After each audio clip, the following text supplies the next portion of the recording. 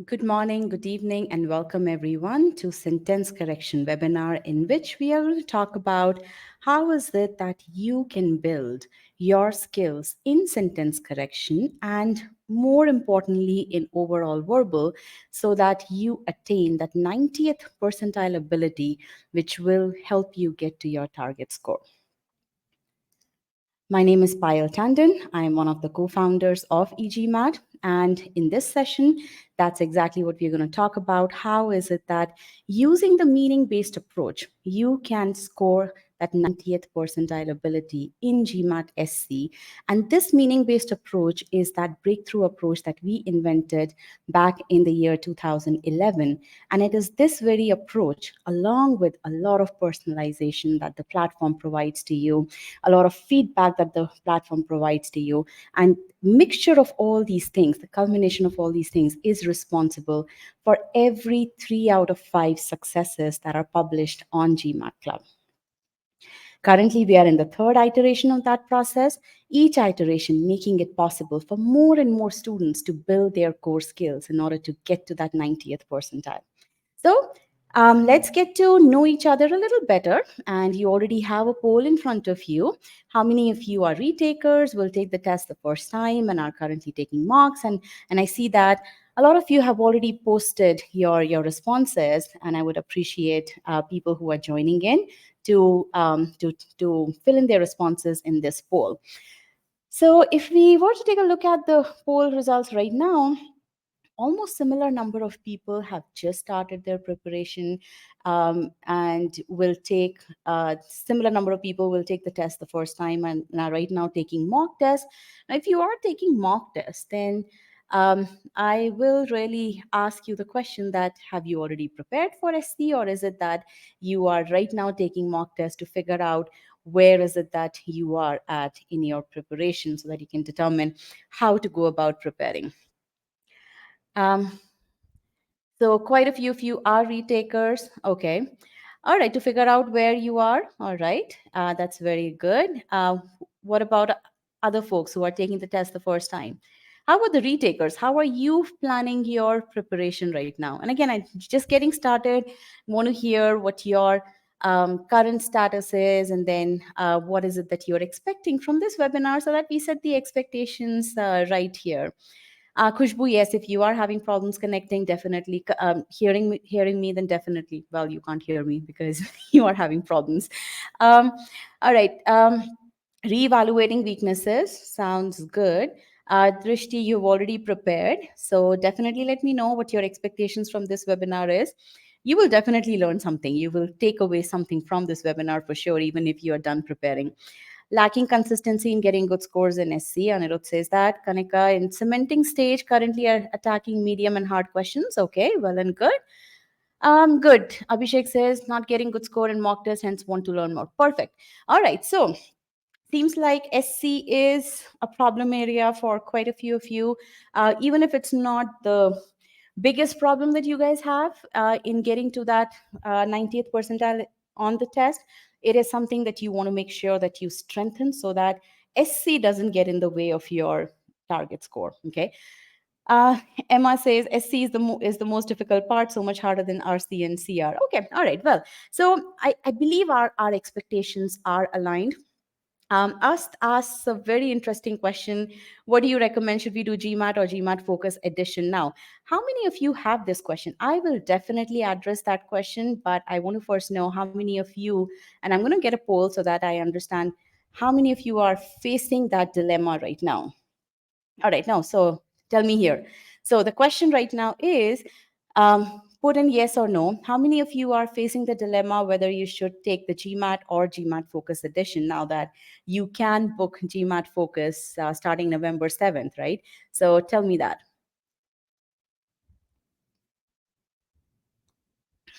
All right, sounds good. So it's a 50-50 split.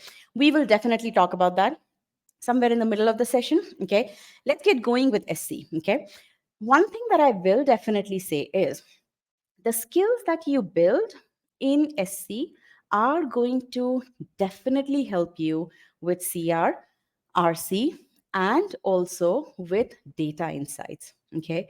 And so definitely do not abandon SC if you are thinking about GMAT focus. So even if you're thinking about GMAT focus. Now, I'm not saying that you'll have to learn the little bit nuances which are tested in SC, but definitely the stuff which SC truly helps you build your skills, your verbal skills, those are things that you will need to utilize for data insights. I'll get in more details somewhere in the middle of the webinar now that I know that about half of the class wants to know about this. All right, so let's get something else as well from all of you, just so we understand where all of you are joining us from. So tell me, what country are you joining us from? Country, city, state? India, Germany, okay. Brazil, okay, good. Turkey, Singapore, Mexico, Nigeria, India, Mumbai, Thailand, okay. Italy, Russia, okay. Chile, all right, good. Us again, Betsy said that some schools are not accepting GMAT focus. That's only because of the timing of the test, right? So again, so for example, Harvard and Wharton are not accepting because again, that it's not a, and that's only right now because that's the application season. It's really purely based on the timing of the test, nothing else beyond that. Okay. All right. So next one is, what is your current SC ability? And I'm going to get a poll because I want to understand how much of this do you understand, as to how much do you know about your current weakness. So we'll start off with the data. So tell me what your current SC ability is. So I see below 30th percentile, quite a few people. Above 75th percentile, I see very few people. Okay. I don't know how to estimate SC ability. How do you figure out your abilities? Tell me that in the chat pod. So while you guys are typing, I'm going to address Mohit's question. You recently started e-GMAT SC course. You're right now on subject verb module. Do you need to join this webinar? Definitely, Mohit, it will be beneficial for you. You're going to get an overall picture of how you should be going about the SC course. So definitely continue in this webinar. You will not regret it. I can assure you of that. Mock tests, okay, through cementing, right? Practice exams, mock, Sigma X mock results. Okay, good. As per cementing quiz score, my score for SC is 53%. Does that mean score is 53rd percentile? Not at all. And that's why I wanted to ask, how do you figure out, how do you know what your SC ability is? The best way to figure that out is by taking a Sigma X mock test, which has 5 difficulty levels instead of typically 3 difficulty levels that exist in the other mocks. Second differentiating factor, which makes the data that you get from the mock test very, very close to your true ability, is the block level adaptability that is actually present in the actual mocks and the actual GMAT exam. Sigma X mock is the only mock in the industry that is closest to the actual GMAT. And that's because of the difficulty level specifications that we have, and that's because of the block level adaptability that is built into the algorithm. So whatever result you get from your Sigma X mock, that is what gives you the true ability. Okay. There are 5 independent ability engines, one for each subsection: SC, CR, RC in verbal, algebra, and arithmetic in quant. So you take a 2-hour mock test and you get 5 different abilities, your starting abilities. And then, when you get into your test readiness, you can then take mocks again to figure out where you have ended up at. Okay. Now, your accuracy and ability are very different. So, Abhishek, if you are scoring 53% in a medium cementing quiz versus if you're scoring 53% in a hard cementing quiz, your ability is going to be very, very different. Okay. So if you are at a 53% accuracy in a medium cementing quiz, then your ability is way below 55 percentile. If your ability score is, if your accuracy is 53% in a hard cementing quiz, then your ability is definitely closer to about 75 percentile. Okay. So that is where, so you have to understand the difference between ability and accuracy. And again, lots of students do not understand that. So for that specific reason, I would strongly recommend you attend the webinar next Sunday, in which Rajat is going to delve deeper into the whole accuracy ability bit. Okay. All right. Now let's get into the skill set that is needed to master sentence correction. And let me get the poll for you for this one. Yes, what's the most important skill for SC? All of you have had some experience with SC. So tell me, what's the most important skill?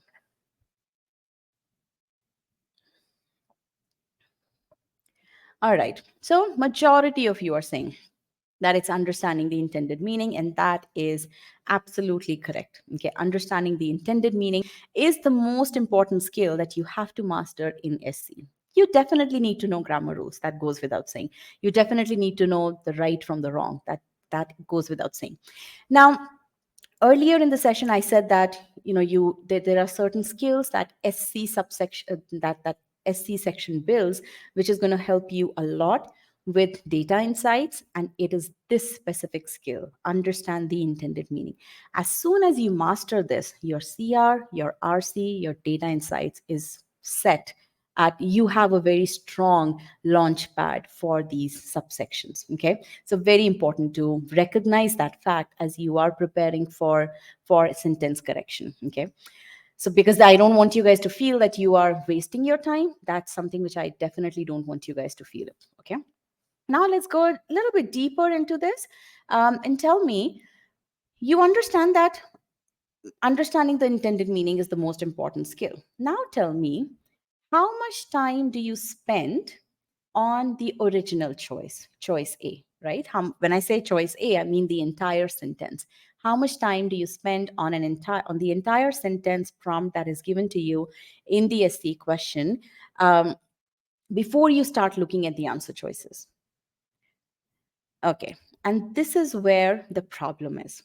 All of you understand, almost everyone understands meaning is the most important thing. Yet, less majority of you spend less than 50% of the time on the original choice, on the original sentence. And that, mark my word, is the biggest issue that you are facing, is the cause behind all the struggles that you are facing with, majority of the struggles that you're facing with sentence correction. The moment in your preparation you switch this, you start spending upwards of 50% of the time on the original prompt, you will start to see major changes happen in your approach. Okay, if you are taking notes, I want you to write that down right now. This is going to be the most important learning that you will get from this session. Okay, and I'm going to show you how does it make sense throughout the session. That's what my goal is going to be. How does it make sense, given five choices, that I'm telling you that you should be spending upwards of 50% of your time on a single choice? And I will demonstrate that to you. Okay, fair enough, everyone with me so far? This is going to be about a 2 hour long session. All right. So almost last question. Actually, tell me, how many of you are actually e-GMAT students? Because that's going to help me understand the makeup of this class in terms of, so that I can understand how much of the e-GMAT terminology I can use. Okay. So about 60% of you are okay. Okay. Less than 40% are e-GMAT students. Okay. All right. Yes, you would be getting recording of this session. Absolutely. All right. So now this question is specifically for e-GMAT students. So tell me where you are at in your preparation.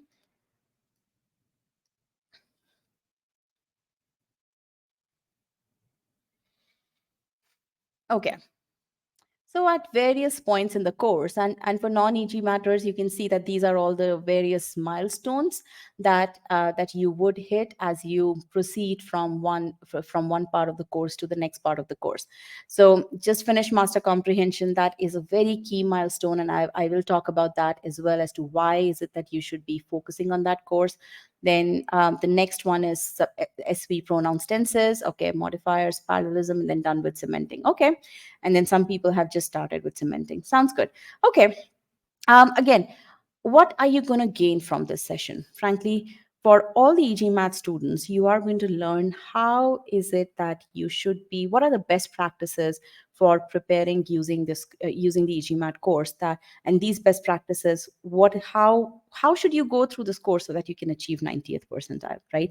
Course is there. but you need to know how to use the course the right way. So I will, through different examples, different questions that we will do, I will pinpoint the good habits. Okay, that's something which the e-GMAT students are going to learn. And again, needless to say, because it's going to be a hands-on learning experience for you guys, you will solve SC questions, you will get feedback on where is that you are faltering, why is it that you are faltering, and so on and so forth. Okay, now for students who are not as yet e-GMAT students, you will learn the e-GMAT way of learning. Okay, you will get introduced to that. And what we call as e-GMAT way of learning is core skills focused approach. You will learn, you are learning in a certain way today. Through this session, you will get that flavor of what does it mean to learn through e-GMAT, right? And how will this learning help you with not just SC, but CR, RC, and data insights, should you plan to take GMAT focus, okay?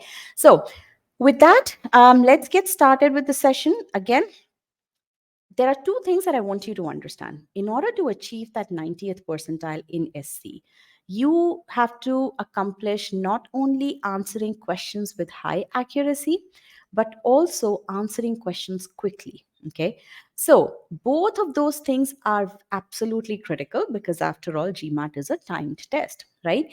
Now, some of you who are not as yet privy to the meaning-based approach that we teach through our course, that's the very fabric of our course, will start to get those doubts that, when you are doing all that detailed analysis, and you will definitely get the flavor of that as soon as I start discussing the first question.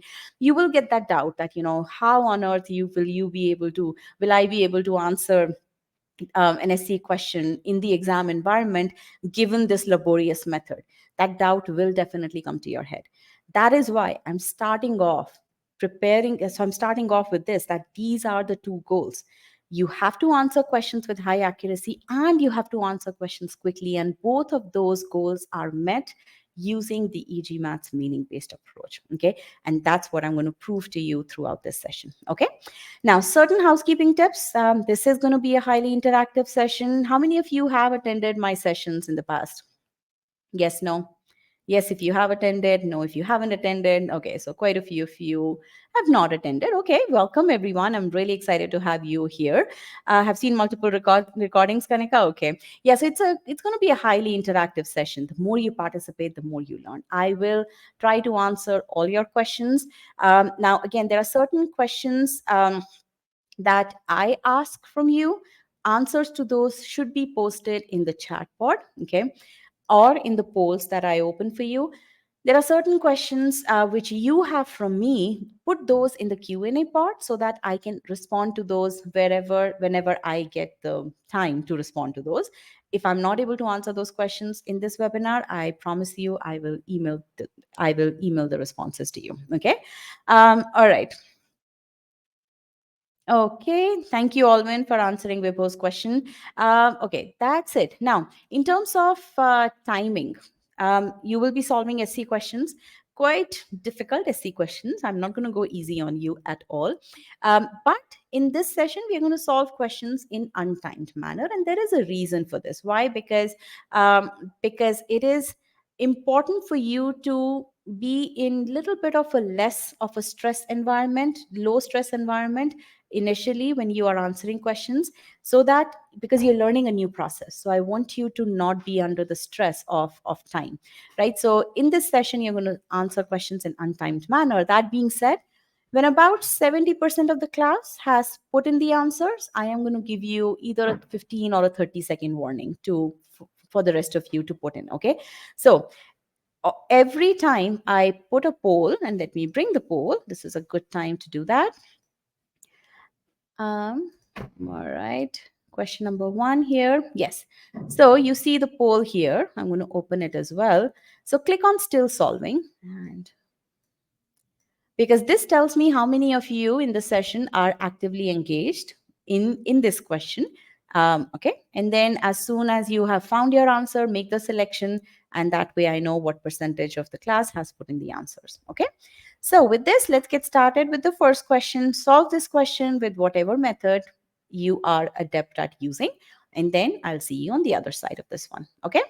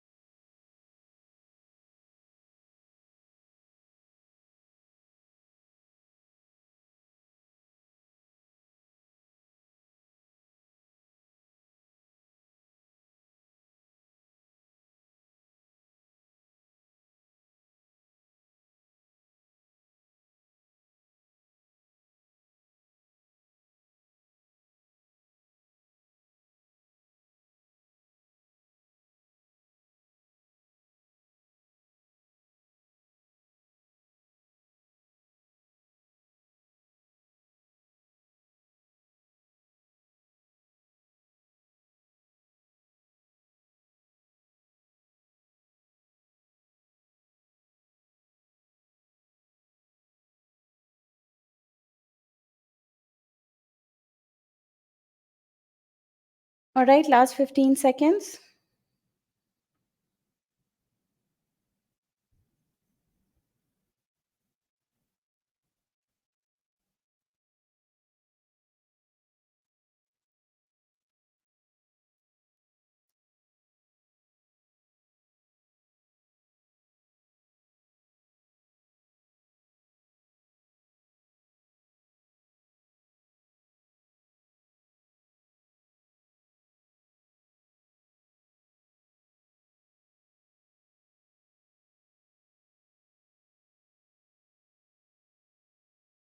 Okay, I'm going to end the poll now. So, how was this question? And apologies from my side, I had broadcasted the results in the first I think in the first 40 seconds. Okay, so Mohit, if you have a question which is not asked by me, then please put this in the Q&A part so that I don't lose track of that question. Okay, because from time to time I will clear out the chat.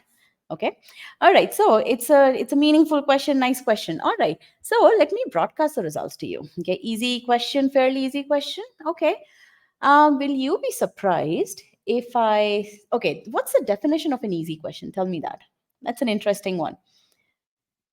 What's the definition of an easy question? What should be the accuracy of an easy question? Any guesses? 90% accuracy for an easy question? Okay. 90% accuracy? Okay. 75%? Okay.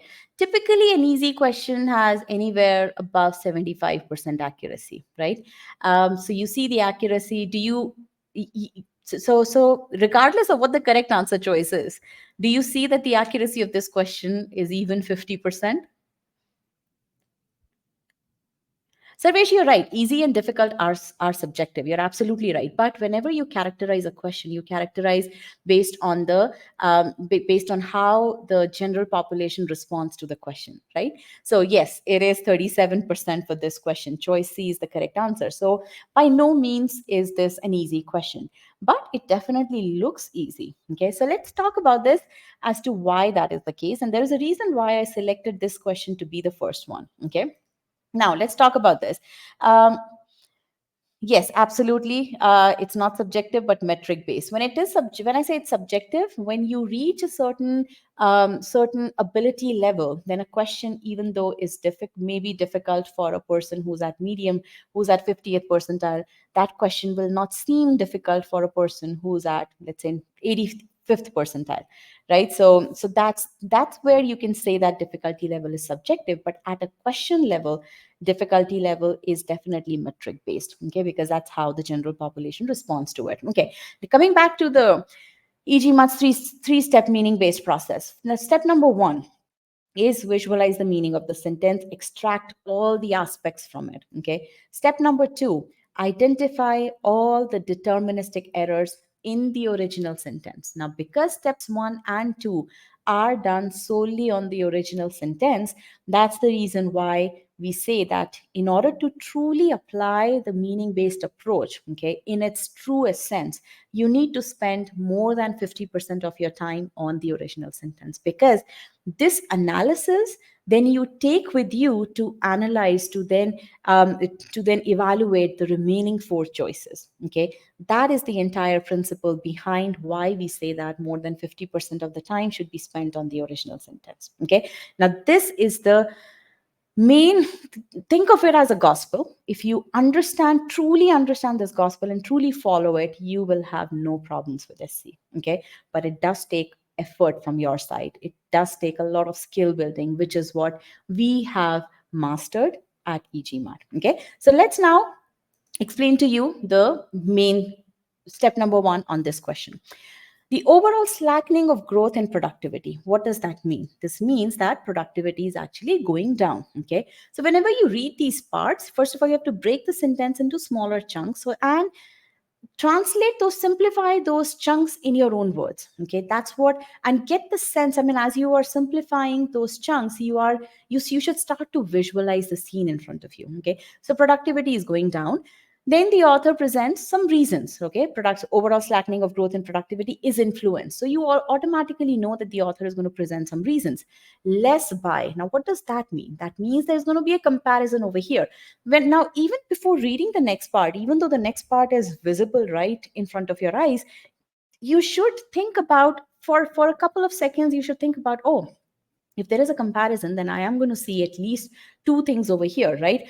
Less by one than by something else. So automatically that should trigger in your head. Tell me by show of yes or no, for how many of you that thought triggered? Let me clear this. So the thought that I'm talking about is that as soon as you saw less by, you automatically knew that you will see than less by one than by something else. Okay. So for those of you who got that thought, very good. For those of you who did not, make a note of it so that you incorporate this in your practice. Okay. Now the next one is less by government regulation. So here the author is giving you point number one, that it's not this overall reduction in productivity is not the main cause of that is not really government regulation. Then there is this other part over here which says, although that is significant for specific industries like mining. What does that mean? That is significant for specific industries like mining. Let me just get your chat back here so that you can type. What is that part telling you? That is significant, although that is significant for specific industries like mining. What is significant? Yes, the impact of government regulation is definitely significant for these specific industries, right? But it doesn't have a huge impact on all the other industries, right? That's what this is talking about. Then comes the next part. Now, what will you see in the next part? In this next blue part, what you see is the second factor. Then the coming to an end of a period of rapid growth in agricultural productivity. Now, this is actually telling you that the next factor, the factor which has a bigger impact on the overall reduction in productivity is actually the decline of growth in farming, right? Any problems with this? Decline of growth in farming? All good so far? Is that what you guys also understood? Okay. All right, so far so good. So this is the level of analysis that you have to do. Productivity is after reading this original sentence, you should, in your head, you should think, okay, productivity is slowing down, but it's not as much because of government regulation. It is more because of the slowdown of growth in farming. Okay, it's not saying that end of growth, it's saying slowdown of growth.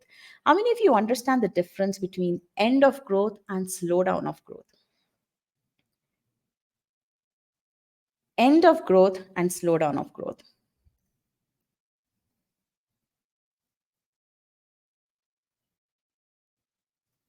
Okay, so make a note of that. All right. So, what this is saying is that it's because of the slowdown of growth in farming. One is finished, the other one is slowing. Absolutely. Okay. So, we are done with understanding the meaning of the sentence, right? Now, was this hard understanding the meaning of the sentence? Was it hard? No, right? It seemed fairly straightforward, right? Okay, now what we have to do next is we have to spot all the deterministic errors and make a note of this word deterministic, because this is going to help you, especially the non-EG matters. Deterministic word is going to help you limit the scope of your learning of grammar rules. Okay, the reason why, and I'm doing a little bit of a segue here, the reason why people get bogged down by sentence correction is because they think they have to become grammarians. They think they have to learn all that there is in the under this sky about the grammar rules that are used in English. That's not the case at all. You have to be absolutely certain about deterministic grammar errors, and that is what we teach at e-GMAT. We don't teach you a single thing that you're not going to be tested on in the GMAT. Okay. All right. So with this question, what is the grammar error over here? The grammar error is actually very straightforward in this sentence. Less by, the moment you see less by, it should automatically trigger in your head that you need to see than by. Now, do you see than by in the original choice? No, you don't. So that is what is the grammar error in this sentence. Everything else is right. Anirudh, I wouldn't even call it an idiom error. This is truly a structural error. If there is less by, then you have to have than by. Okay, so it's more of a parallelism error than an idiom error.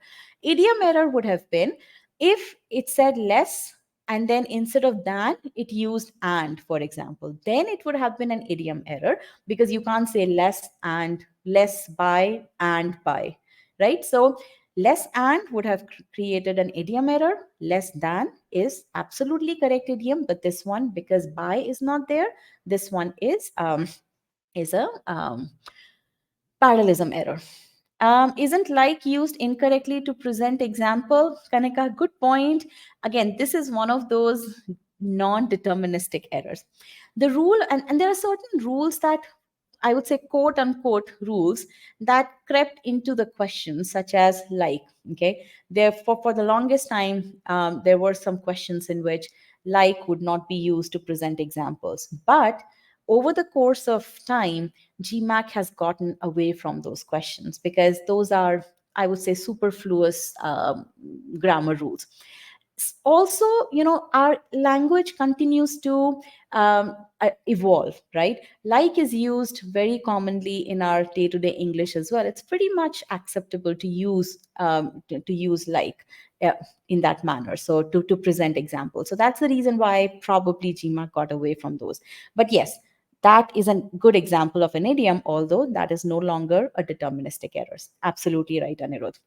All right, so in fact, in American English, it's used way too commonly, right? Overused. All right. So here, this is what the grammatical error is. So far, so good, right? Every third word, yes. All right. So now let's take a look at, so from step number till step number 2, we have already determined that choice A is incorrect, right?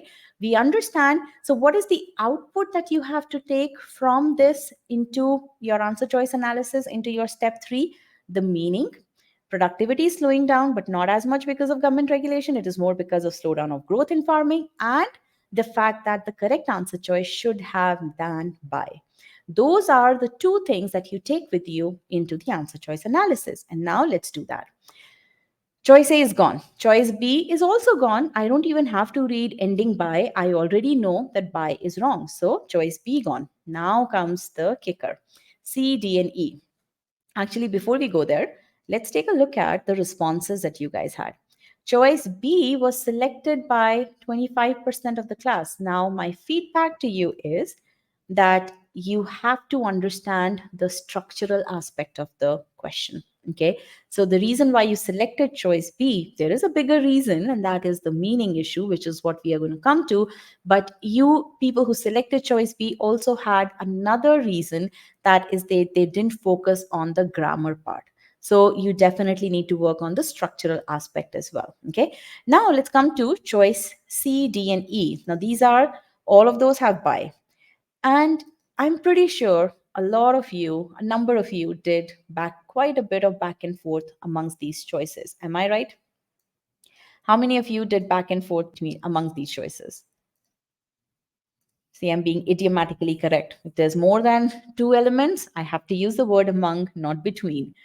Okay, so majority of you, more than 80% of you did back and forth. Now, the reason behind this back and forth, and I want you guys to make a note of that in your notes, is that you did not have the right level of clarity, the optimum level of clarity of what the author wants to communicate when you looked at these choices. And I am 100% confident about that.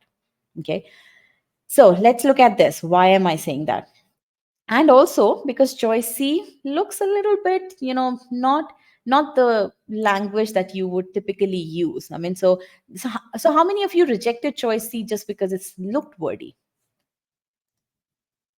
How many of you did not even consider this because it looked wordy? Yes, absolutely. And that is a big, huge trap, one of the biggest traps that test makers introduce in incorrect answer choices. And that is a trap that they are able to utilize because because a lot of test takers do not focus on the intended meaning. Okay, that is something which I, another point that I want you to make a note of. Okay, now let's look at each choice one by one. Why is okay? A lot of you did back and forth. The correct answer is choice C, as a number of you would have picked up by now. Let's look at each choice one by one. choice C versus choice E. And if you look at the results here, there was choice D, not a whole lot, not a whole number of, not many people selected choice D, but yes, E was a very close contender here. So my majority of the time over here going forward is going to be on choice E. By the coming to an end of versus by the end of. And remember earlier, in the when we were doing meaning analysis, what did I ask you? I asked you about what is the difference between, I'm going back to my question, end of growth and slowdown of growth. End of, I'm writing it again, growth and slowdown of growth. That is the very difference between choice E and choice C. By the coming to an end of means that the growth started to slow down progressively. Okay. By the end of means that the growth ended, right? So there is a huge difference over here. Okay. And again, if you were to look at this sentence, okay, after months of training, Lucy's progress in her marathon speed, and I'm removing all the complex context over here. So just look at this context, and you already see the correct answer here. After months of training, Lucy's progress in her marathon speed was affected less by the occasional cold weather. So this is parallel to your government regulation, though it did make her days harder than by, there should be by over there, by the decrease of her intense initial stamina. So the decrease of versus the end of. How many of you would have even doubted choice 2 to be the correct answer? You would not have doubted, right? It was a slam dunk, decrease, end, right? There was no question about it. But that's not the case with the question at hand, the official question at hand. Why? Because okay, what happened? Okay, so this was another explanation. Sorry. Um, but this wasn't the case over here. Why? Because you thought that coming to an end is a wordy expression. Okay. So you paid more attention to the wordiness aspect of it rather than the meaning aspect of it. Okay. So if I were to help you visualize this further, again, you guys understand, because if you know decrease versus end, so think of this as so this is the actual, this is an example representation that the growth rate above 5% is considered to be a rapid growth rate. Now, the growth rate has started to decrease. Now, essentially, what the author wants to communicate is that it's the period of the decline that is what was that is a major contributor, right? It's not point C. Choice E is actually saying that it's point C when that period of rapid growth actually ended. Okay, so it's that period versus a definite point. That is the difference between choices C and E. Okay. Maybe the is used to emphasize importance. Again, you don't even have to go into that. Again, that's where you have to understand. And Abhishek, thank you for bringing that up. That is the aspect of a stylistic writing, right? And again, the sentence should be grammatically correct, right? Then by coming to an end would be an incorrect sentence. You need to use the because that is the correct grammatical way. It's not really to emphasize, I mean, whenever you use the, in some way, it is to emphasize the peculiarity or the importance of it, but that is really the grammarian aspect of it. And you don't have to worry about that because you don't see a choice, and you will not see a choice on SC which would have than by the coming to an end or than by coming to an end. You will not see that because that's not what the author, what the test maker is actually testing you on. The test maker is truly testing you on the intended meaning. Okay, so thank you very much for bringing that up. Now, test makers need to know what is the right way to express. Okay, so they cannot have a correct choice which says by coming to an end. Is this point clear, everyone? Because that's grammatically incorrect way of expressing. So the test makers have to be grammarians, right? If I'm creating a question, I need to know what is the right construct that I need to use in the correct choice. But for certain aspects, I don't have to test you on those aspects because that's not what the intended purpose of SC is. Okay. So again, this brings me back to deterministic errors versus non-deterministic errors. There are certain things, for example, use of articles, a versus the. GMAT is not going to test you on that. Okay, so you shouldn't even have to worry about it. Yes, when you read correct English, you should inculcate those good habits, that you should learn the correct constructs, but that is not required for all those correct constructs. Are not knowledge of that or expertise in that is not required for SC, which is why you need to focus on what is truly needed for SC. Okay. Now, when you think of this question, tell me, is there anything over here which is over the top, which requires memorization, which makes sentence correction complicated? Tell me that. You see everything. You've gone through the analysis here, right? Doesn't it seem very logical? And this is a very important realization. I want you guys to truly imbibe that. When you say that meaning, in understanding the intended meaning is the most important thing, I want you to truly embrace that feeling. What does that truly mean? And that's what I want you guys to take away from this session. Okay, and I'm going to take 3 more examples and complicated questions. These are not easy questions by any means, right? And so I want you to take that with you. Okay, so good, very nice. All right, so again, when you have this kind of visualization, when you truly understand the meaning, when you spend more than 50% of your time on the original sentence, that's when you're able to answer questions with high accuracy. That's when you don't end up doing the back and forth, because a lot of time is wasted when you do back and forth. And it's not just wasted time, it's also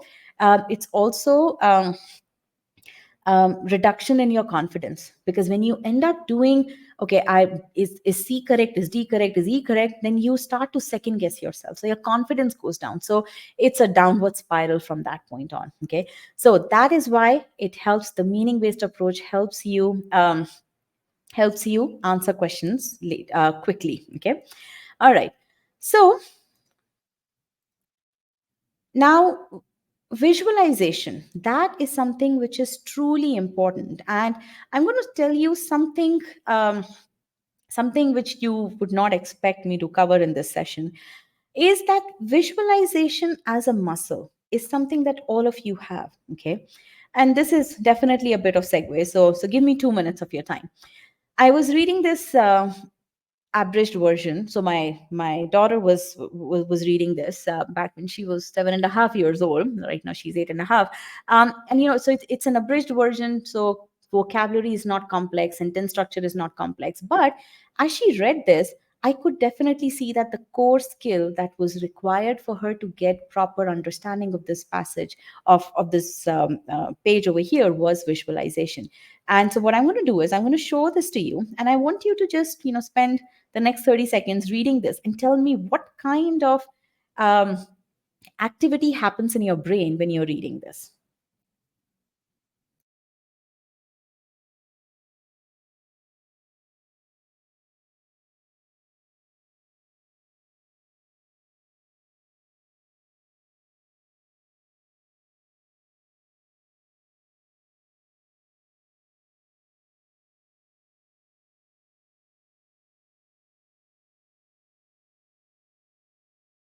All right, so now tell me. Okay, now tell me, what did you guys do when you read this? Automatically you visualized, right? Because and that's very very obvious when you read fiction, because you're wired to visualize fiction, right? A picture is cows and these a beautiful big trees, and then there's a small field with an apple orchard. Absolutely. So and nobody, I didn't tell you to visualize, I just gave you that screenshot, right? You automatically visualized. Now tell me, if you automatically start to visualize every sentence that you see on the GMAT while you're preparing for the GMAT, how do you what do you think is going to happen if you automatically started to visualize? Or if you forced yourself, you consciously started to visualize. You will take time, yes, absolutely. But right now, you don't even tell me how many of you even think about visualizing sentences when you read. How many of you think of visualizing? And maybe I should have asked this question up front before we talked about. You easily get lost in sentences. Yeah. And then you are thinking about, oh, I have these four other answer choices that I have to read. Maybe I'll get some cues from these answer choices that will help me make sense of the sentence. Absolutely, that's the biggest misstep that you can do. Okay, so the crux of all of this is that you need to build the visualization muscle exists in your brain. You just have to you just have to translate that and also or apply that on fiction or non-fiction as well. Okay, when you read case study and this is the core skill which is going to be truly helpful for you when you start doing your so when you start your MBA and in your post MBA, because you will need to consume a lot of textual material, right? You will need to consume case studies and you will need to read textbooks and things like that, right? So you have to absolutely build that visualization muscle, and it all starts from sentence correction. This is the reason why I say that even when GMAT is phased away and it's taken over by GMAT Focus, that's going to happen next year, there will be chunks of SC course that will be part of your GMAT focus course. Okay, GMAT focus course is DI course is going to be there, right? But in preparation of that, the way we have master comprehension as a foundation course for sentence correction for verbal, the same way certain aspects of SC course will be definitely part of the e-GMAT GMAT focus foundation course. Okay, all right. So, absolutely, Abhishek, we need to use pause points, and I will get to that. Now, the entire e-GMAT course has we have worked really hard over these years to make sure that we we give you things consciously and unconsciously so that you build that visualization muscle for nonfiction, which is why you see, so e-GMAT students, you can relate to this, right? This is a screenshot from our verb ing modifier concept file. Okay, um, so you see all these, we don't really need to draw a bouquet to help you understand the meaning. The reason why we do that is not to pretty up the slides, but it is to make sure that when you read exotic flowers, you think of flowers. When you read a beautiful bouquet, you think of a bouquet, right? Likewise, when you see Keats sitting on a bookshelf, you actually do see Keats sitting on a bookshelf, right? So that is the reason why we incorporate all these graphics in our course. Okay, e-GMAT students, would you want to comment on that?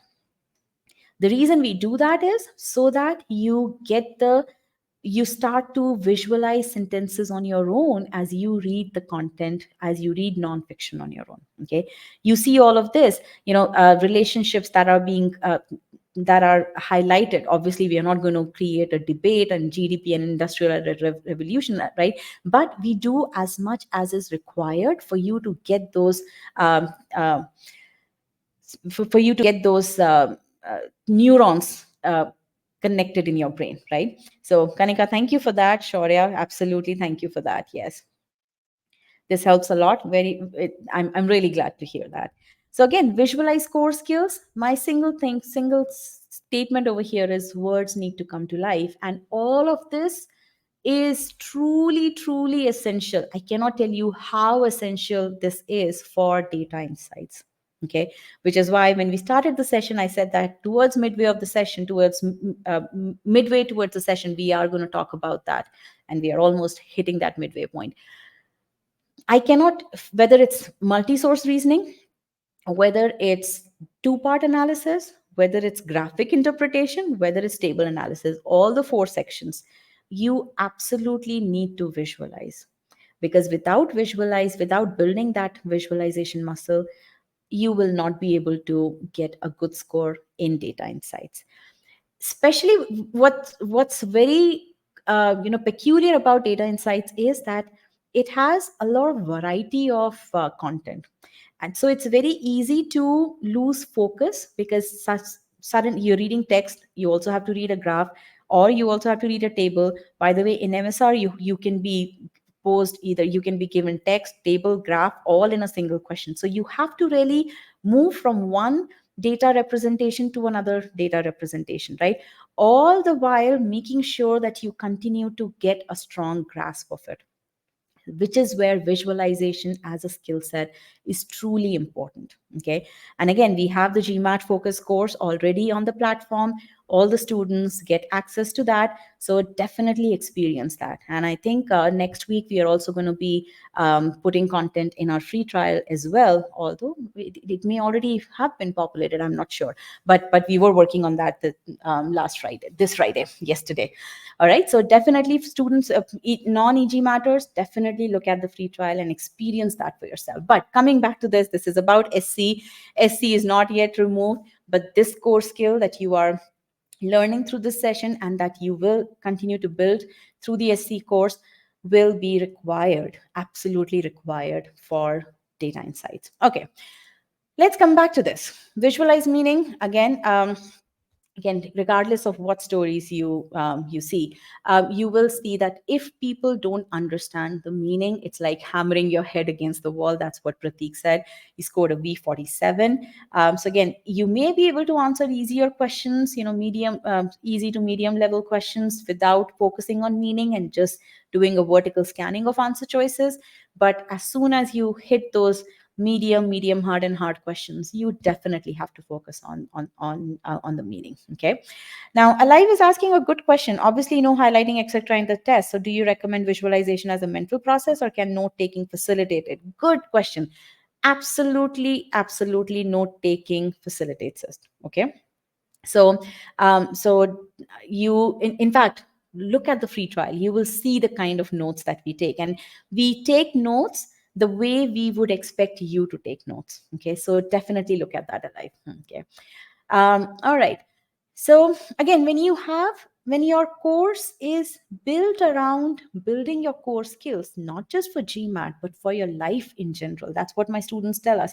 That's what our students tell us, that, GMAT is, your course definitely helps us with GMAT. But beyond that, we now start, people who didn't really enjoy reading nonfiction have started to enjoy doing that, because now they have a process to make sense out of that, and they know why is it that they need to do that, right? And which is why it's not a surprise that 3 out of every 5 700 plus successes that are reported on GMAT Club are from e-GMAT students. Okay. All right. Now, as I said earlier, one thing that goes for us is the course methodology. How is it that we teach you? Learning methodology. But there are other components of it that we have been adding through the years and that we have been perfecting through the years, which truly personalizes the course experience for you. Okay. Study plan for one, getting real-time feedback. We provide you our 6-person strategy team actually provides hyper specific improvement plans for people who are stuck at a certain place. So if you are a lot of e-GMAT students, you were saying that you're stuck at cementing, write to the strategy team. We are there to help you. Okay, that's what their core job is. So definitely write to them so that they can help you understand, they can help you get unstuck. We provide video support. I don't know how many of the e-GMAT students over here have written to our strategy team, or non-e-GMATers who have written to our sales force. How many of you have gotten video feedback? So again, that video feedback is not, your typical, pre-recorded videos. We create videos specially for you, answering your question, because your question is the most important question for you. Okay. Analytics that you see on the platform, we don't just put those analytics just because they come they are easy, or the low hanging fruit. No, we provide analytics. We look at what is it that, how is it that you're improving, and then we take inputs from that, and then we modify those analytics so that you don't have to, you do what you do best, which is learn from the system. Okay, which is you take feedback from the system. We don't want you to do all that number crunching, right? So that's the reason why we make sure that we provide you with all of that stuff, so that you don't have to worry about that stuff. DI course, the latest course that we have, note taking. Tell me a single company, single course that whether it's private tutoring, whether it's, so I'll even bring up private tutors over here, who are going to teach you how to take notes. The DI course is going to teach you how to take notes. You're going to see everything, each and every question that you solve on the platform. You are going to see how notes should be taken, so that you take inspiration from that. Right now, there's no one way of taking notes, but if you see what kind of notes we are taking, you will take inspiration from that and you will develop your own method. Okay, all of that is is the entire ecosystem that we have built on e-GMAT, which is what powers all the success that you see. Okay. All right. So personalized study plan, as I said, our sales team, which I really don't want to call them sales team, they're truly strategy consultants. So they are on standby. If you want to get a personalized study plan, then definitely book a call with them. So when we move to the next question, I will give you the link using which you can book a call with them. Okay. All right. So um, let's look at our next question. Okay, how is the session going so far? I know, because I wanted to talk about data insights. That's the reason why I took a little bit of a segue, but how's the session going so far?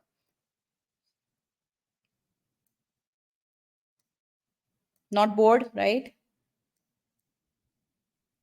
Well, I must commend all of you. Um, it's Saturday weekend and you are investing this much time. That's truly commendable. So good. All right, so let's click on still solving before we can get to.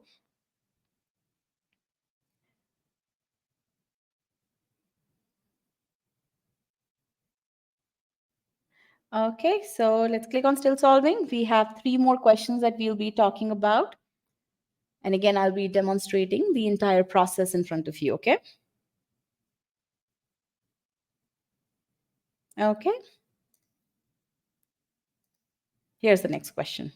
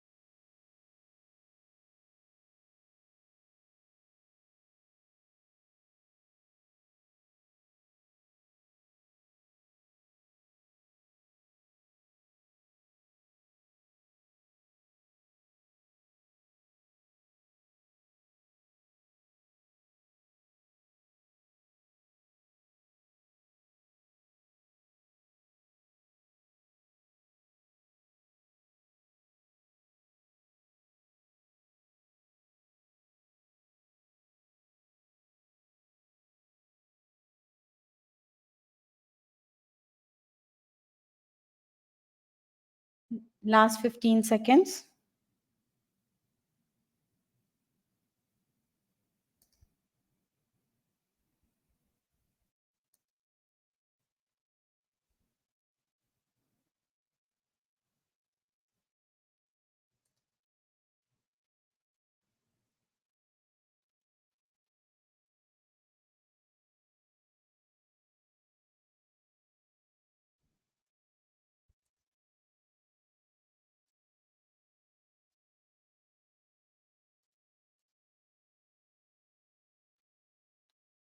All right, I'm going to end the poll now.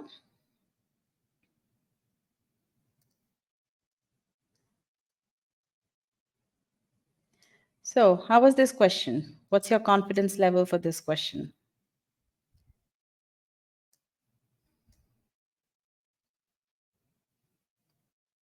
Very less. Okay, 60%. Okay, better than last one. Okay. Did you focus on choice A? Lots of back and forth between answer choices, not understanding the basics. Okay. Okay. How many of you tried to get the essence, tried to get everything from the question statement? Okay, good. So let's see how much you were able to get. Okay. And again, this is the three-step process. First, we understand the meaning, then identify all deterministic errors, and then analyze choices. Now, I do have some Q&A questions in the Q&A pod that I will take after I discuss this question. Okay. So let's read the sentence. Again, you need to visualize the sentence. Although appearing less appetizing than most of their round and red supermarket cousins, heirloom tomatoes grown from seed saved during the previous year, they are often green and striped or have plenty of bumps and bruises. Heirlooms are more flavorful and thus in increasing demand. I know I read the sentence in one full breath, but as I was reading, you saw that there was a structure that was building up.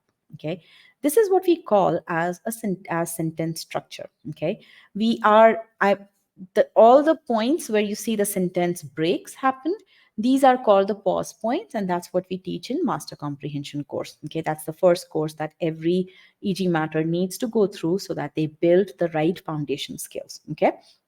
Now, why do we do that? We do that because when it's a long sentence, and now on the screen, you don't see that long sentence anymore. What you see is that there is sentence with that sentence structure. Why is that important? Because when you break the sentence down, you can extract. Your goal should now be to extract, to summarize, or to simplify each part of the sentence. Okay, so that you're not overwhelmed with that long sentence. Because the reason why this question seems difficult, again, seems difficult, is because it's a pretty long and convoluted sentence structure. Okay, when do we have a convoluted sentence structure? When you see this indentation go inside and then go and then come back out. So all of this really constitutes the complexity, increases the complexity of the sentence structure. Now, given this, I want you to answer these questions. What kind of tomatoes appears less appetizing? Heirloom tomatoes, right? And we can say HT for short form, right? What does green and striped or have bumps and bruises imply? What does that imply? Why has the author used that? These are, yes, Anirudh, they are often green and striped or have plenty of bumps and bruises, is explaining the aspect that heirloom tomatoes are less appetizing. Okay, they're providing, what do you say, strength to the author's claim that these heirloom tomatoes are less appetizing. That's the purpose of this particular phrase over here. Okay, now, what are green and striped or have bumps and bruises? Heirloom tomatoes, right? Now, what are more flavorful? Heirloom tomatoes, yes. So, what's the contrast? Somebody was asking, somebody mentioned about the contrast. So, what's the contrast? State it in your own words.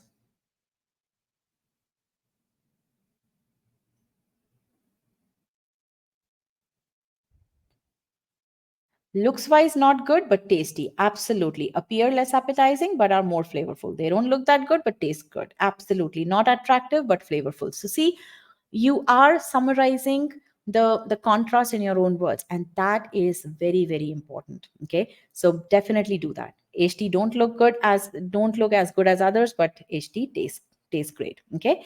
Now, somebody asked a question here, Vijeta. Does it also mean that they have stripes and are green because they were grown from previous year seeds? No, because there is no because or causality stated here. These are two different facts. I mean, grown from seeds saved during the previous year, that's just a fact about how heirloom tomatoes are grown, right? That has got nothing to do, especially from, we don't know. I mean, we are not experts here, right? The author has not told us explicitly that there is a causality there. Okay, so that's very important. Okay, what has the author told us? Okay, now, um, so again, when you break the sentence down into these small chunks, you are able to extract all the aspects of the meaning. You're also able to identify those deterministic grammar errors. Now, when you see this over here, you see that everything else, every subject has a verb except for heirloom tomatoes. Okay. And this is where a bit of your grammatical understanding also needs to play a role. Grown may be construed as a verb by some students who don't understand that grown is not really a verb here, it's a modifier. And those are deterministic grammar concepts that you will need to learn.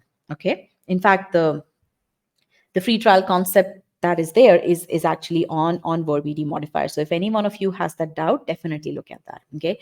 Now, Vijeta, hyphen, again, it's one of those grammar rules that you don't need to know. Okay. Hyphen can be used as a to basically present an independent clause. As Abhishek is saying, it can also be used to present some additional information. Okay. Again, you are not tested on punctuation.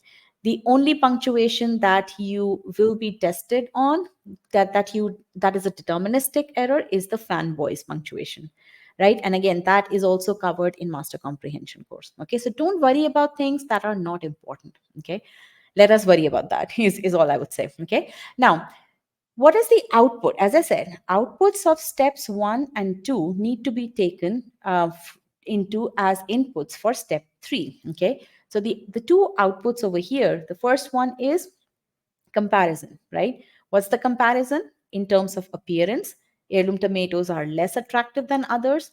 Others, obviously, I mean other tomatoes, right? Taste of heirloom tomatoes is better than that of others. Now, what is the contrast? Heirloom tomatoes look bad but taste good. Now, how many of you got were able to capture all of these aspects? Tell me that. Both of these are both the comparisons. So I want you to answer this here. How many of you were able to get both comparisons and the contrast? Three things. Okay. Now, for those of you who are answering no, what is it that you missed?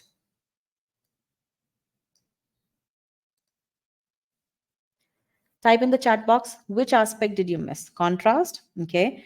Which is why you would have selected choice D as the correct answer. Aditya, did you select D as the correct answer?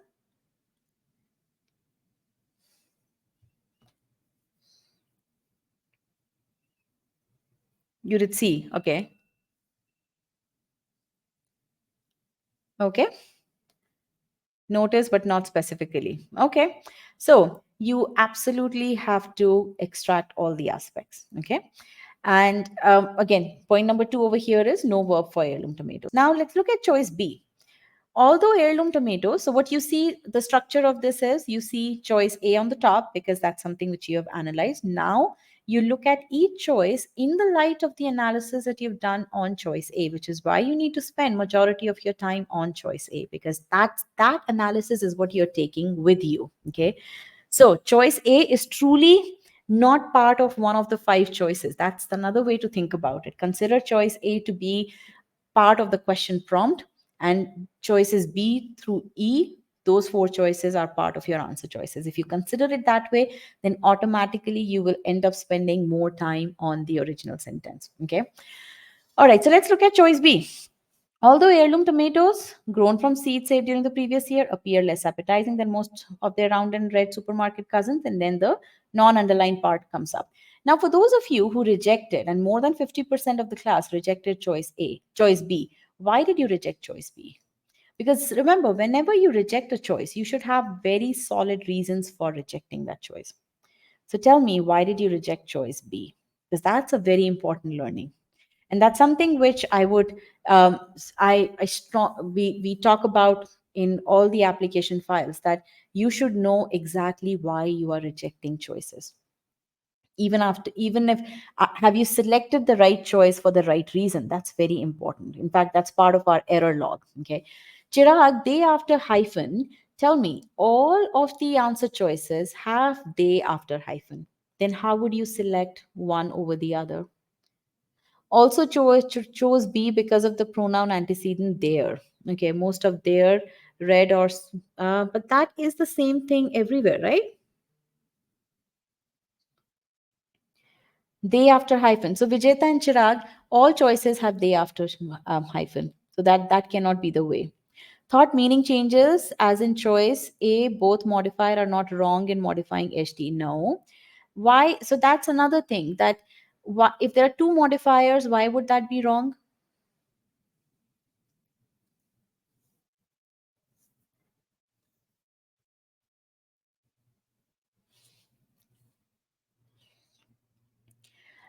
So again, my question to all of you is, who are wondering about choice A, and we can go back to the to all the choices. Oh, where's the question? It's way back. Oh, okay. All right. So they appear, the part after the hyphen, it seemed as if it was indicating that the green and stripes were indicating the red tomatoes. Uh, I'm just trying to read that.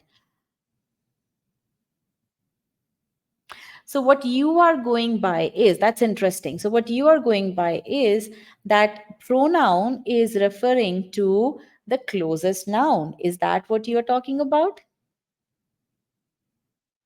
Okay, so that is another fallacy. You have to, that's a misinterpretation of the pronoun antecedent grammar rule. Okay, what you guys are doing, and thank you for bringing that up. That's another deterministic error that you will need to learn about, or rather, that's a wrong error that you have in your mind. Okay, so pronouns can refer to faraway nouns, not a problem at all. Okay, in fact, go through the pronouns module once again if you have already gone through that, or if you haven't, then definitely go through pronouns module. Okay, you will understand these differences. So you are mistakenly applying the proximity rule for modifiers on pronouns. Pronouns don't follow that proximity rule. In fact, in this case, as Abhishek mentioned, um, there is, because they is on the subject location, so they will have more propensity to modify, to refer to the subject of the preceding clause. Okay,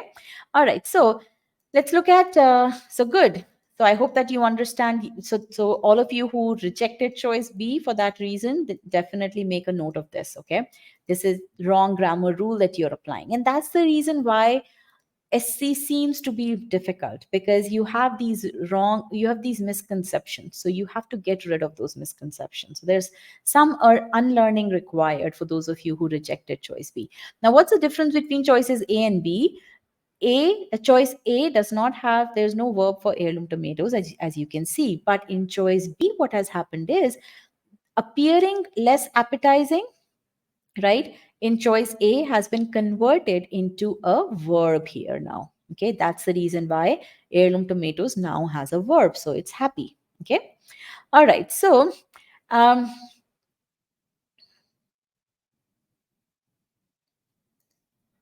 all right. Let's now look at choice C. Okay, choice C has similar structure as choice A. Okay, the only difference is appearing has been changed into they appear, and that's the reason why C. But that's not really a big difference. I mean, that's a, it both mean the same thing, right? So in this case, heirloom tomatoes does not have a verb the way choice A. In choice A, heirloom tomatoes did not have a verb. Okay, Sirish, again, choice C is wrong because heirloom tomatoes does not have a verb, not because they doesn't have an antecedent. Okay. So again, you need to know the exact reason why the choice should be, why the choice is wrong. Okay. All right, let me broadcast the results here as requested by somebody here. Okay, now choice D. Choice D is the one in which there is no contrast. Everything else seems okay in choice D. Okay, from deterministic error standpoint. Now you can get a bit nitpicky in terms of punctuation, but that's not something that the GMAT is testing you on. In this question and in all of the questions, they're testing you on the intended meaning over here in questions such as this one. So here again, comparison is there, contrast is should have been there, but there is no contrast. Okay. All this says is grown from seed saved during the previous year, heirloom tomatoes appear less appetizing, they are often green, right? But there is nothing over here that says that there is a contrast. Okay, so that is why choice D is wrong. Okay. Anirudh, that is not the, again, you are going by what Anirudh is saying is that this choice, the way its structure is, it seems as if heirloom tomatoes are only grown from seeds saved during the previous year. My question to you would be, that's the same thing with choice A as well, right? So what's the, why would you think that that's changing the intended meaning? Again, grown from seeds, yeah, it doesn't say only. I don't know why Anirudh thought that that it's I think he's saying it based on the positioning of it, but that is not, but that's the same positioning in choice A. Okay, so again, you have to understand what the role of each modifier is. In this case, grown from seeds, it's simply describing heirloom tomatoes. It's not saying that that's the only way of doing that. Okay, so here, as Sahil is saying, there's no contrast. That's not stated, right? Although is not there. Right now, you can infer it, but again, in SC, you have to go by what the author is telling you. Now, at this point, there was a question in the Q&A board that I definitely should take up. A lot of students have this thing in their head that, choice A could be wrong. The original sentence could very well be wrong.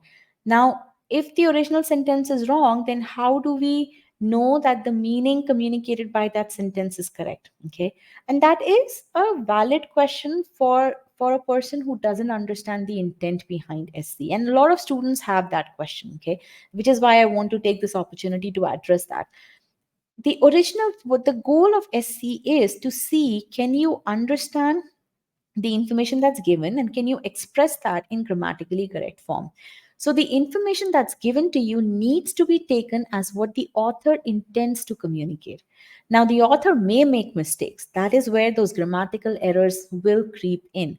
Can you figure out in the midst of those grammatical errors, by putting the bits and pieces of the sentence together, can you figure out what the author intended to communicate? And which is where this simile, this metaphor may help you, which is that consider the author to be your friend. Now, your friend author may not be able to use, may not know the exact language constructs, and they may make some mistakes, but your job is to make sure that you understand what your friend, what your author friend wants to communicate, and then communicate that through the correct answer choice in grammatically correct form. Okay, so definitely you need to take the original sentence, the meaning communicated by the original sentence, as the meaning that the author wants to communicate. Okay, now I would say in 1 or 2% of questions, okay, there may, and not 1 or 2% of questions that you're going to see on the test, but in terms of the entire database of questions that exists out there, there may be scenarios in which the meaning is not clear, the meaning is ambiguous. In that case, in the answer choices, you will see only a single meaning. You're not going to see two correct meanings. Okay, so the test maker is going to make sure that you understand that part. In that case also, the test maker is testing you on whether you can understand that there is ambiguity in meaning.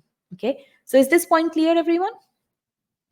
Because again, this doubt needs to be cleared for you to have full faith in the whole meaning aspect. Because if you start to doubt the original sentence, then that is going to be a problem. Okay, now, choice E. Choice E has a different sentence structure, okay, which again, if you simplify that sentence structure using the sentence structure approach, you will be able to clearly see that again, heirloom tomatoes, poor thing, is left without a subject, okay, and that is the reason why this choice is wrong, okay. So, overall, again, you get all the essence of the sentence, you build the sentence structure, and this is another skill that you absolutely have to build. Okay, in the beginning, you will what I suggest is that you start to build your sentence structures in a Word document. Just start to do this kind of indentation for the first 20 sentences. If you do that, you will start to see that you will have now built the ability to simply read and break the sentences in your mind. Okay, because ultimately in the test environment, or when you are, let's say, halfway into the course, you need to be able to do that. This needs to happen in your mind, in your brain only, and not in separate notes or separate word doc. Is this point clear, all the e-GMAT students? I want to make sure that you understand this part. Sentence structures is a very, very critical skill. Okay. And it takes time to build the skill. Okay. All right. Now, again, throughout the course, you are going to see these sentence structures wherever they are required. In the original sentence, you will definitely see, but even in the answer choices, you will see these sentence structures so that you understand why the choice is wrong. Okay, so that you're able to visualize that part. So that's another. So I want you to pay attention to all of those things. Okay. Now we've looked at two questions. Okay, two very different types of questions, but both are 700 level questions. And I want to make sure that you understand that the same method applies across the board, regardless of the type of question, regardless of whether the question is partially underlined, whether it's a simple sentence structure, whether only few words are underlined, right? So regardless of that, the method remains the same, that you have to get all of the aspects, okay? And again, you use your visualization, you use sentence structure, okay? And you need to learn how to build sentence structures, okay? And that, for that very reason, we have this master sentence structure course, okay, master comprehension course, in which what we teach you is, and I want all the e-GMAT students to understand that when you go through this file, as you see, going from a 3-word sentence to a 12-word sentence, you see how sentences are built. Because when you see that, that's when you can deconstruct sentences. Because when you see long sentences in your SC context, you will be able to visualize and you will know, okay, this is how this long sentence has been constructed, right? Because you understand the building blocks of that long sentence. Okay, so we went from a 3-word sentence to a 12-word sentence, then taking that same 12-word sentence, we went to a 20-word sentence by using these different connectors, and then utilizing this knowledge of how these different parts are connected, we come up with these pause points, and we help you recognize those pause points. Okay, and that is what you then cement in your skill building exercises. Okay, all right, so again, make sure that before, so the 20 sentences that I was talking about, those 20 sentences should be done at module 5 level. Okay, why? Because you will then be able to, at this point, you don't have incorrect choices, you have correct sentences. So you have to build your sentence structure ability on correct sentences. So this is, again, this is where we are taking away the complexity of the SC sentences, so that you basically start to you've already built that skill when you get to the application files in the SC course, when you start to see incorrect sentences. Okay, all right, so Kanika, if that's what is happening, then maybe go back to the skill building exercise over here, right? Or maybe just go take some sentences from Wall Street Journal, New York Times, and then do this exercise, because now you have a structure of doing those exercises. Okay.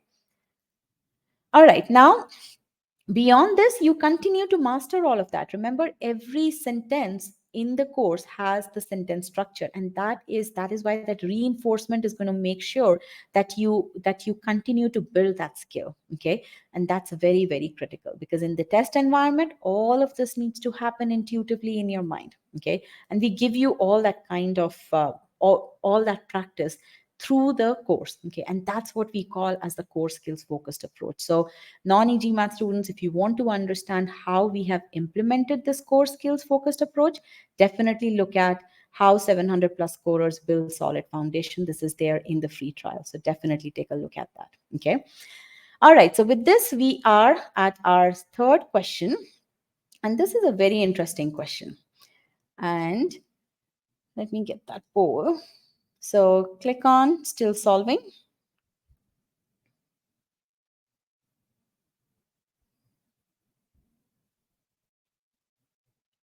So there was another question here. Will it ever be that that choice A can be the correct answer? Absolutely. Choice A can very well be the correct answer.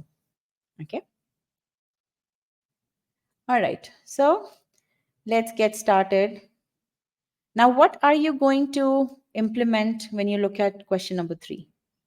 Tell me that. What are you going to take away from questions 1 and 2 as you go into question 3? Because question 3 is pretty dense. And let me just show you the sentence. Complete sentence is underlined. So what are you going to do?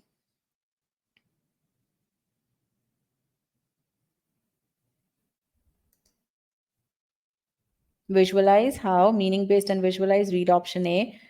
Spend more time with the original sentence. Absolutely. Very good. So I want you to let me give you the sentence in a note over here so that you can copy the sentence into a notepad and you can do the indentation. So give me 1 second here. Let me get the question. Because I want you to practice this, not that you have learned this. I mean, obviously, but I want you to try breaking the sentence down into its components. You up for doing that? Okay, so you can take the, oh, not copy, copy. You can copy it from here, or I can also put it in a note. All right, so take your time, no hurry, okay? Again, when 70% of you have clicked the answer, I will give you a 30-second warning, okay?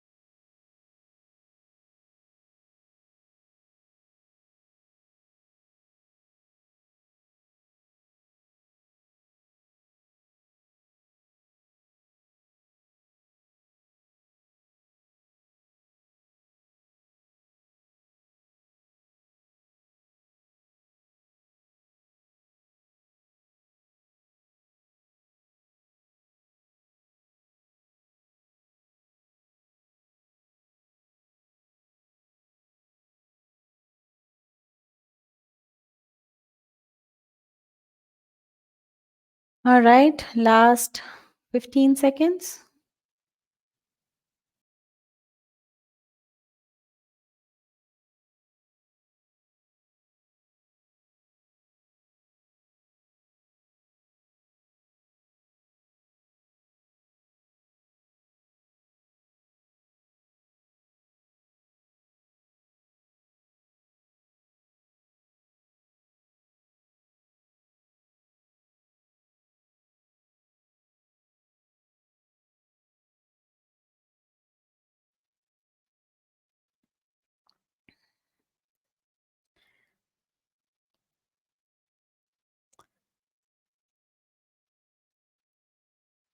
Okay, I'm going to end the poll.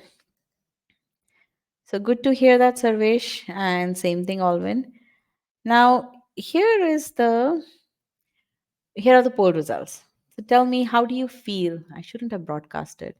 How do you feel after attempting this question?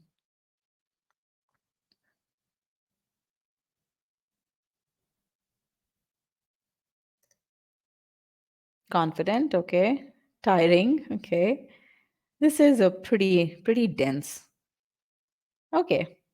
All right, so let's look at this. Again, what we're going to do is strategically pause at appropriate points so that you understand the meaning completely. Okay, that's very important.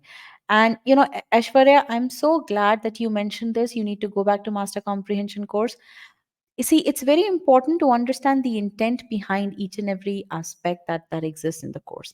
And which is why for e-GMAT students, this is a very good session because it tells you where you need to remember. I said that I will be able to give you feedback on what is it that you need to improve.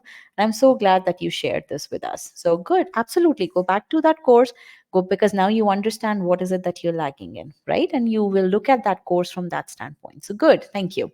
So let's get started with this. You have the sentence structure right in front of you. The church coined the date, Feb 14th, as Valentine's Day with an ulterior motive. Now, whose more motive was it? It was the church's motive. It had an ulterior motive to Christianize, and that's in quotes, the pagan celebration of Lupercalia, is claimed by a few experts. So, some experts have this understanding. But it is celebrated on this date. What is this date? February 14th. To honor the anniversary of Valentine's death or burial is the more prevalent belief. So, overall, there are two claims about celebration of Feb 14th as Valentine's Day. Claim 1 is that church designated it with a specific ulterior motive. Claim 2, which is a more prevalent belief, and that is to honor the anniversary of Valentine's. Claim 1 is by a few experts. Claim 2 is the more prevalent belief. Now, I'm going to ask you this question. How many of these aspects were you able to extract? And I'm just putting together a poll here. So, one, two, three. Um, so I'm going to make it a multiple response. Now tell me.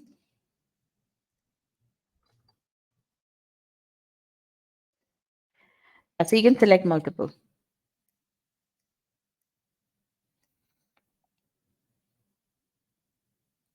Actually, instead of saying how many, let me just change the question. It should be which all aspects were you able to identify? Not how many aspects. Which all aspects were you able to identify? Aspect number one. If you were able to identify aspect one, then type in one. Select one. Okay, so let me broadcast this. Because something doesn't seem right because your answer choice selection doesn't gel with this. So, but we'll get there. Okay, so aspect number three, that claim one is by few experts and claim two is the more prevalent belief, that was understood by almost everyone. But aspect one also would have been understood by similar number of people. It's the aspect two which is the issue here. That's what it seems like. Although I don't know why people who selected three did not select one. One and three should go hand in hand.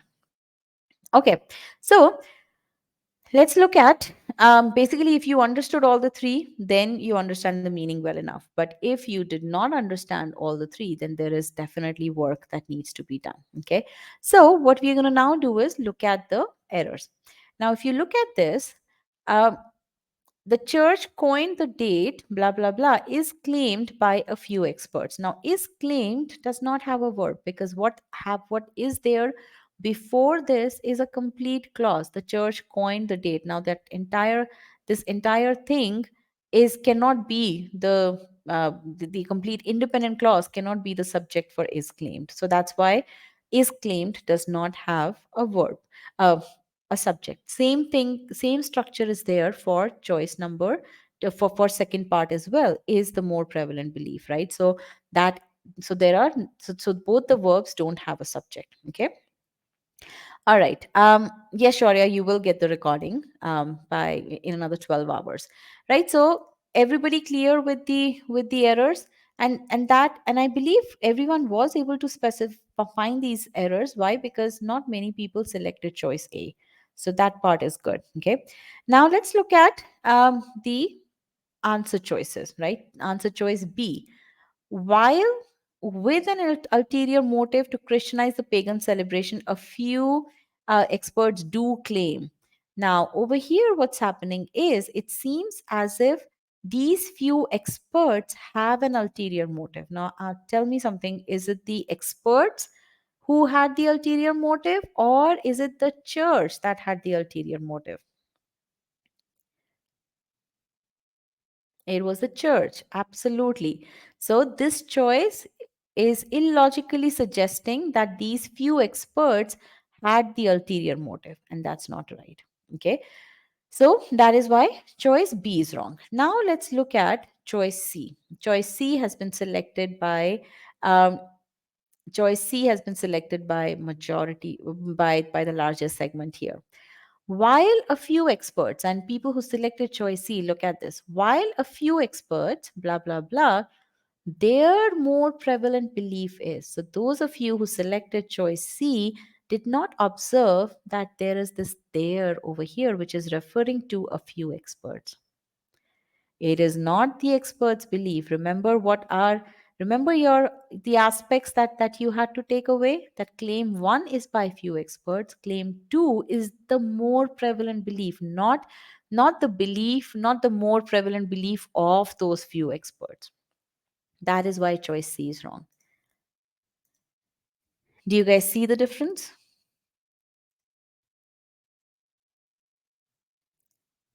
So those of you who selected choice C, did you not observe the word there? You see it now, right?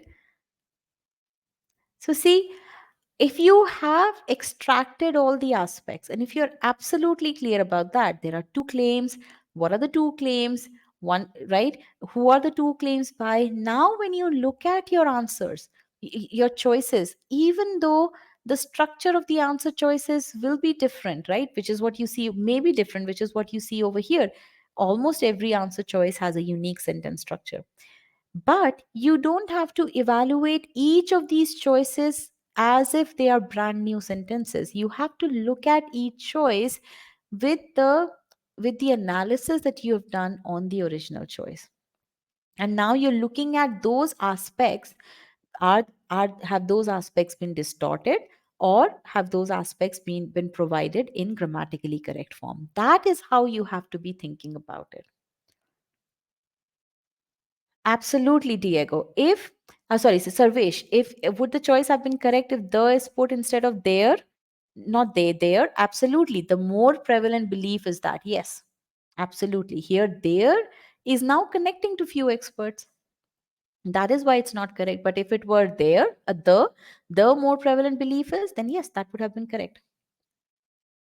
Absolutely, Diego. Choice C states that experts had a claim and then had a different, more prevalent belief. Those few experts, Diego. That's the reason why this is wrong. Absolutely. Okay. So now look at choice D. Again, choice D was also fairly popular, and you know this is another very sneaky. Choice C error was not as sneaky as this one. The church coined the date, blah, blah, blah, as claimed by a few experts. Now, when you say as claimed, what does that mean? And this is where I'll take up a very simple example here. That Apple is the market leader is claimed by Forbes magazine. Here, are you communicating information? Yes. But are you the one making the claim here? No. All you are saying is that Apple is the market leader. This aspect is claimed by Forbes magazine. You're simply in a reporting mode. And this is a very important RC skill. Okay. Are you, is the author in the reporting mode or is the author in the analysis mode, right? Over here, the author is simply in the reporting mode. The author is not claiming that the Forbes magazine, that I believe that Apple is the market leader. No, it's simply saying that Forbes magazine claims that our Apple is the market leader. Now, over here, Apple is the market leader as claimed by Forbes magazine. In this case, You are the author is also saying yes, Apple is the market leader. So if the author is saying that and Apple is not the market leader, then obviously the author is going to be blamed. Okay, so again, is claimed versus as claimed, you have to understand the difference between the two. Okay, all right. Now, in which mode should the author be? It's author's opinion, whatever the author wants. The right question to ask is, how is it the right thing for us to do is to figure out what mode the author is in, which is what is happening in choice D. In choice A, or in the original sentence, the author is, we have to understand that the author is simply in a reporting mode. That the church coin blah blah blah is claimed by few experts. The author is not taking responsibility, the author is not presenting his or her opinion, right? The author is simply saying that this thing is claimed by a few experts, whereas in choice D, as claimed by a few experts, the author is taking responsibility for that. The other thing is, but its celebration on this date is to honor anniversary of Valentine's death or burial. Here also the author is saying, the author also agrees with this belief, whereas in the original sentence, the author did not present his or her opinion at all. Okay, so that's a very, very important difference in choice D, which is why D is wrong. Okay, now choice E, which was not selected, which was also, I mean, C, D, and E were almost equally popular, D slightly less popular. Choice E is the correct answer. That the church coined the date is claimed by a few experts, but the more prevalent belief is it is celebrated on this date, blah, blah, blah. Okay, so choice D is absolutely correct. Okay, now how many of you rejected choice E because you thought that a sentence cannot start with that? Here, yes or no? Again, lots of opportunities for clearing out those misconceptions. So, Chirag, you're saying since the original sentence was wrong, how to check the author is claiming or not? Again, as I said, Chirag, earlier, um, you have to take the bits and pieces of the sentence. The author is saying is claimed, right? So you have to take that. If the meaning of is claimed is clear and there is no ambiguity there, then you take that with you. Okay, you don't start doubting the meaning of the words or the phrases which are absolutely clear. Okay, but yes, when the author has made grammatical mistakes, those are things that you will understand that. So again, it's really putting the pieces of the puzzle together. You cannot doubt every piece of the puzzle, right? That's another way to think about it. Okay, does that make sense, Chirag?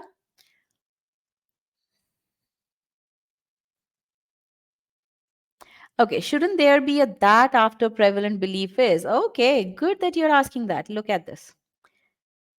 These are the three reasons why you would have rejected choice E.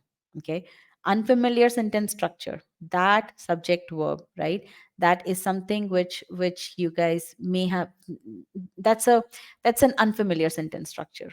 Okay, or another misconception, that that always has to be used even when it is used as a connector. So again, look at there is a file on, I think in the foundations block, which talks about that as a connector. Okay, that has multiple roles. One is modifier, the other is three roles primarily: modifier, then as a demonstrative pronoun, and then as a connector. So in this case, and that can be skipped, can be optional whenever it is used as a connector. Okay, so good that you brought that up.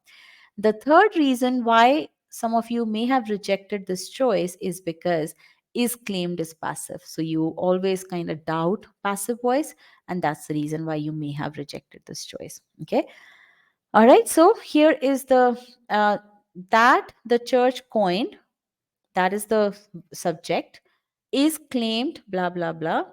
Then, but the more prevalent belief is it is celebrated.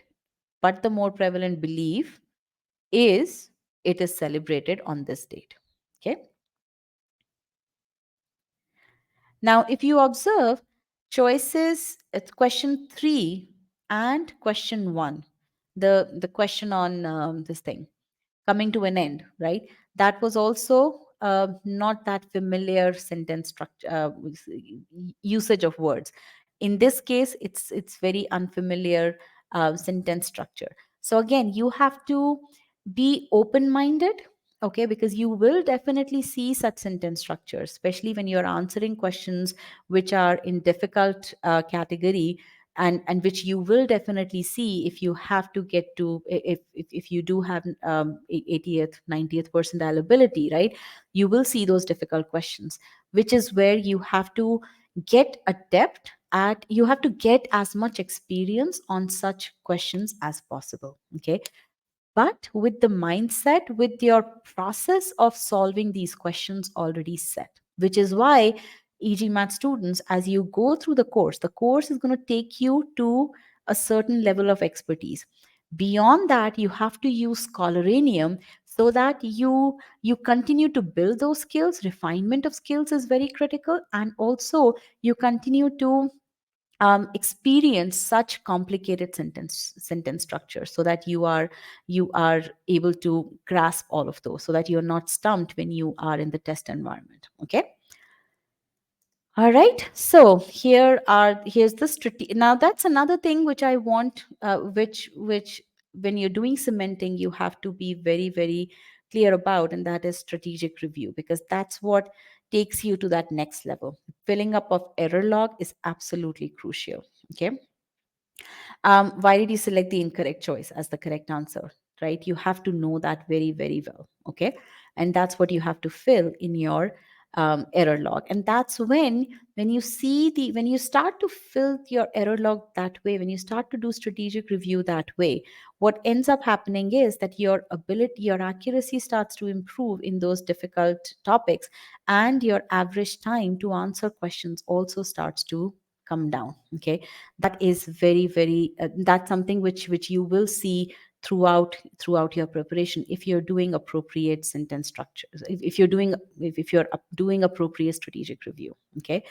um all right, so here is another question. How many of you want to do one more question? This is question number 4. Okay, now for this question, let me just tell you one thing. This is a difficult question, okay. This is one of the most difficult questions, also from the standpoint of modifiers. So you definitely need to know the intricate usage of verb ing modifiers. That goes without saying. So in this, so I want to make sure that your expectation is correct. I am not expecting you to answer the question correctly here, but I am definitely expecting you to grasp all the aspects of the sentence, okay. So if you can tell me that you understood the sentence and you were able to visualize the sentence, I would be happy, okay. So I just want to make sure that you set your that I set the expectations right, okay. And here is, can you click on still solving?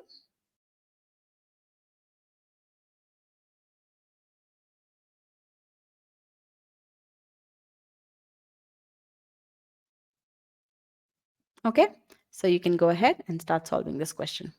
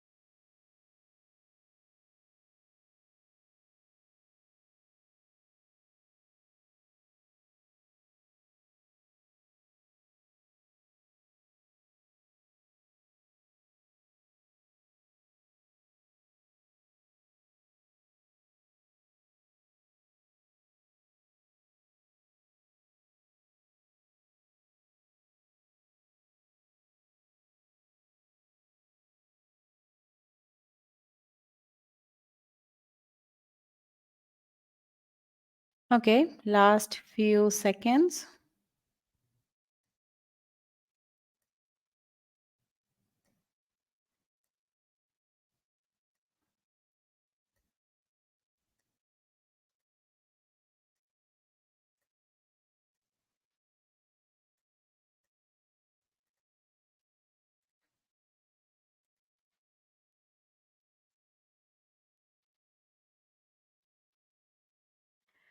Okay, I'm going to end the poll now.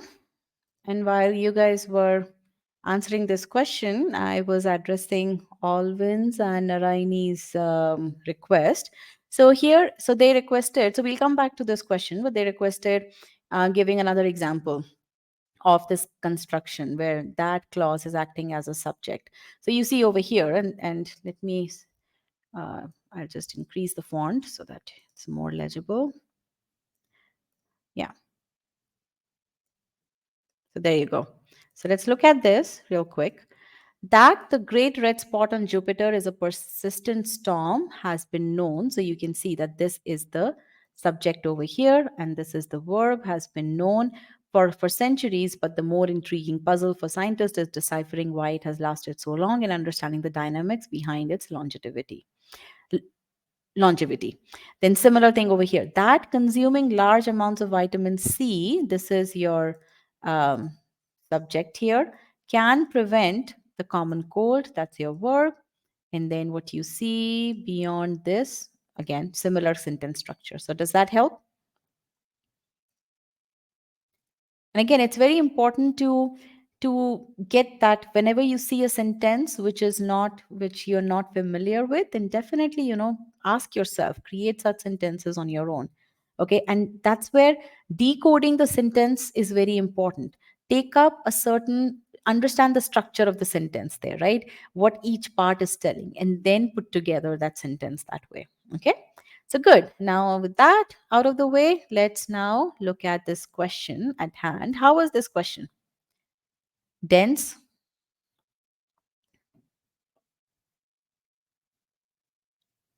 So, Kanika, that's important question that you're asking. In that question, in choice A, it wasn't a that clause. It was, remember, independent clause cannot be the subject.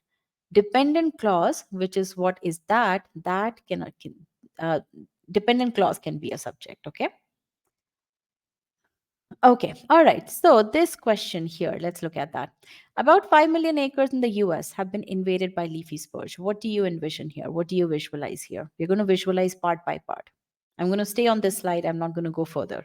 We'll do the visualization on this slide only. And then I'll show you some visuals that I have in this presentation. About 5 million acres in the United States, giant piece of land with plants. Yeah. When you see the word invaded, what kind of sense does that communicate? Invaded. What kind of sense does that communicate? Capture. It's not, yeah, it's a negative sense, right? Ferns everywhere on a pretty piece of land. Yeah, that's nice. Yeah, that's a good visualization, by force and not choice. Very good. See how you parasitic take over. Look at this. I mean, you guys are doing an amazing job here. I just have to. Oh, okay. Now, let me ask you another question. I'm very happy with the way you are coming up with all these simplifications, forcefully entering. Yes. But did you think of the word invaded in that manner when you were thinking, when you read the sentence on your own?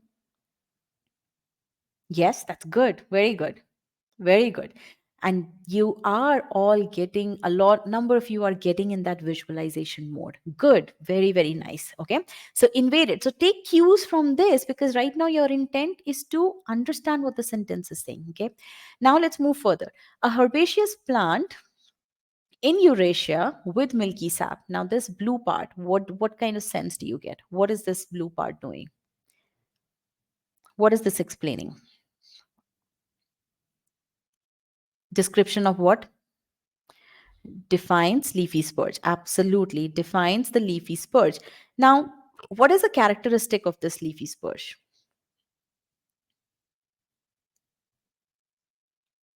It has a milky sap and it is from Eurasia, right? It has a milky sap and it is from Eurasia, right? Now, read further. That gives mouth sores to cattle. Now, what is that explaining? That gives mouth sores to cattle. What gives mouth sores to cattle? It is the milky sap. Absolutely. Now, mouth sores is mouth sore something pleasant? It is harming the cattle. Absolutely. Good. Mouth sores are not something that's pleasant. And see, because you want to understand the sentence, that's the reason why you are now focusing on the pleasant aspect of it, the invasion as the forceful aspect of invasion, right? If you were not invested in the meaning of the sentence, if you were not that much invested in the meaning, all you would be focusing on is where the comma is, what the that is, what is that modifying, but you won't go into the depths of it. Do you guys see the difference? Staying on the surface and truly going deep into the context of the sentence. And this depth is what is going to help you across all the subsections, across all the sections, whether it's SC, CR, RC, or data insights. Cannot emphasize more on that. I started the session with that. I will be ending the session with that thought. It's this visualization that you absolutely need in order to master GMAT and general professional life as well. Absolutely, Vijayta. Thank you for bringing that up. Okay. Now, gives mouth sores to cattle. At this point, I'm going to ask you one thing. Um, till this point, you have read that the milky sap gives mouth sores to cattle. Now, would it be fair to say that it's this leafy spurge that's giving mouth sores to cattle? Would it be fair to say that? Because the cattle is consuming the leafy spurge, the cattle is getting mouth sores? Absolutely, it's going to be fair to say that, right? The fact that milky sap gives mouth sores to cattle, that's the detail of it. But as such, at a high level, if you say that leafy spurge gives mouth sores to cattle, that's also right. How does the leafy spurge give mouth sores to cattle? Through this milky sap. That's another way to think of it, right? And there is a reason why I'm asking, why I'm probing you on this. Because again, the thing over here is that if you stay on the surface, then you would have definitely rejected the correct choice. On the same basis that the original sentence says that milky sap gives the mouth sores, but the correct sentence is saying that the leafy spurge gives mouth sores. Okay. So that is something which I want to make sure. Okay. So again, HR1, I don't know your real name. Yes, and these kinds, yes, the author says that the milky sap gives mouth sores, but the author also says that the plant has milky sap, right? So it's not that's a very direct inference that you can draw. If you say that the leafy spurge gives mouth sores while providing information about milky sap as well, you will not be wrong. The author's intent is not going to be lost. Okay. All right. That's a good one there, Alvin. Okay. So again, visualize the sentence by pausing at these. Okay. We didn't go further. Displacing grasses and other cattle food. Now, what is displacing grasses and other cattle food?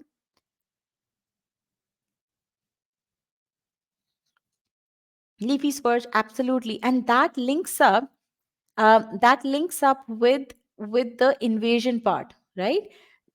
Forceful part. And look how beautifully this sentence is expressing similar thoughts but in two different ways, right? Invaded by leafy spurge, displacing grasses and other cattle food, and rendering rangeland worthless. How is the rangeland getting worthless? That's very important to understand. HR1, I will come back to your question when we go into the choice discussion. Because of LS, what is LS doing, Jayasuriya? Grasses are displaced. Is it just absolutely Abhishek? It's the displacement and the mouth source. Both of those are rendering rangeland worthless. Absolutely. Not just the displacement.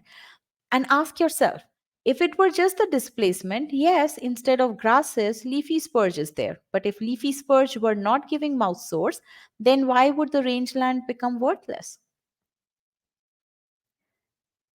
Got it? So it's both of those things which are leading to the rangeland becoming worthless. And again, that's the level of depth that you have to get to. Got it?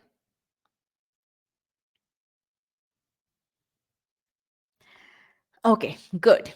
Now you can look at the pretty pictures over here, well, not so pretty pictures, all of that over here. Okay, what gives mouth sores? We've discussed all of this stuff. Cattle eat leafy spurs, there's this milky sap, and they get mouth sores. It's very painful, and so cattle stops eating that food, and that's what makes the rangeland worthless. Okay, now let's look at, my question to you is what you see on the screen. Were you able to do this level of visualization? I can see that you guys tried, and I'm very happy to see that. Okay. And that is what I want you guys to take away. Okay. Now we're going to quickly look at the answer choices. I won't go into the depths of it. You will get the presentation, so you can look at that. We're already at that. We've already crossed the 2 hour mark. But I want to make sure that I address certain aspects of it, because again, as I said, this does require in-depth understanding of verb ing modifiers, those deterministic grammar rules, which is something that you will learn in the modifiers concept files. Okay, now answer to this is choice B. Now, why is A wrong? Because here displacing and rendering, they are both at the same level. But we already in our meaning analysis, we figured out that rendering is happening because the rangeland is becoming worthless because of two things, the invasion and the mouth source, both of those. Okay, both of those are important here. Okay, so that's the reason why A is wrong. B is wrong. B is correct. Okay, and this is where, coming back to HR1's doubt, are we allowed to draw those inferences? Absolutely, you are. The way to think about this is that your correct choice should not go against, should communicate all the aspects that the original choice expressed. Okay, in this case, choice B, the visualization that the original choice allowed, that you did from the original sentence, that same visualization is happening in this sentence also. There is no difference. If there were a difference, then yes, that it wouldn't have been the correct choice, but in this case there is no difference whatsoever. The author has not the choice B has not taken away milky sap. Okay, milky sap is still there. If that detail was taken away, then yes, there is some aspect of the original sentence that is missing, but in this case that detail is there. Okay, now Gaurav, milky sap is not modifying Eurasia, and this is another modifier grammatical rule, that modifiers with milky sap as a modifier can modify a faraway noun. Over here, it's leafy spurge. Okay.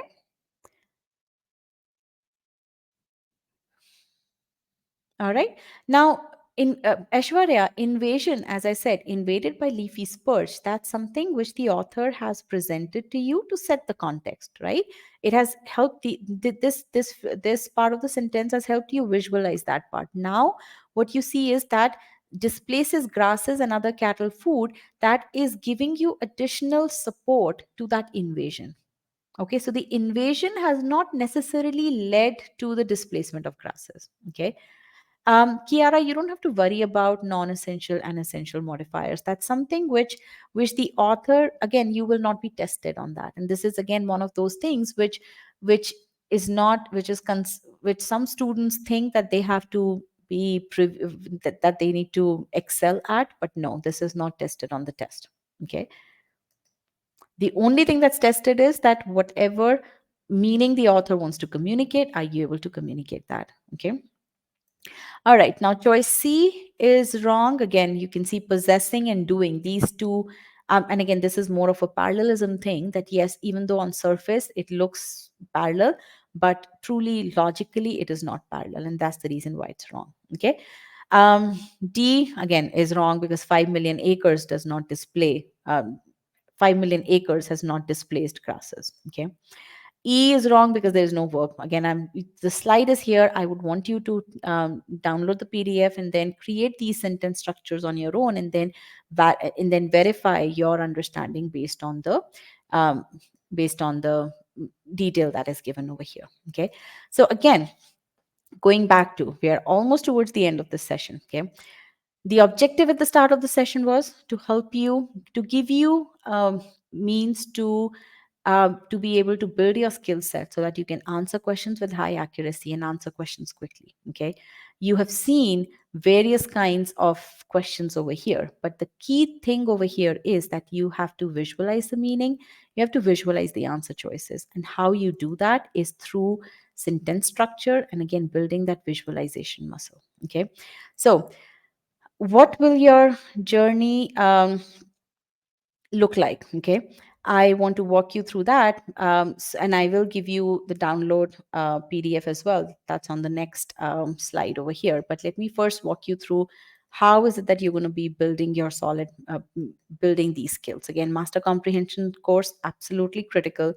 Do not skip that at all. Okay, you will learn everything we've already gone through this again, but don't worry about timing. That's something which is very, very important. The way in this session we didn't worry about timing. When you're learning the skill, don't worry about timing.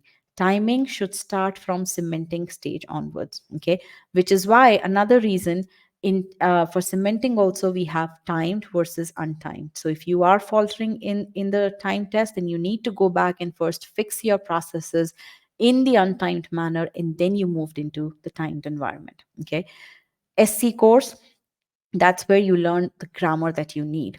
Only the stuff that you need. Our goal is not to build grammarians. Our goal is to train people with logic, people to think about sentences in a logical manner, skills that they can utilize not just in SC, in CR, RC, data insights, and everywhere else beyond that. Okay. So look at it from that perspective. Now, as I said, the analytics that you see on the system are built with a certain intent. So when you see your scores over here, these scores are not just numbers. I want you to take these numbers seriously. Okay. In your first attempt, you should try to get more than 80%. If you don't get 80%, do revision. That's very, very important. For example, over here, um, this student should revise verb sequencing practice quiz, because the student, because if you don't do revision at the right point, at right there and then those issues continue to reflect in the activities down below. Okay, so that's very important. Because it's important, that's the reason why we have built the technology to give you that feedback.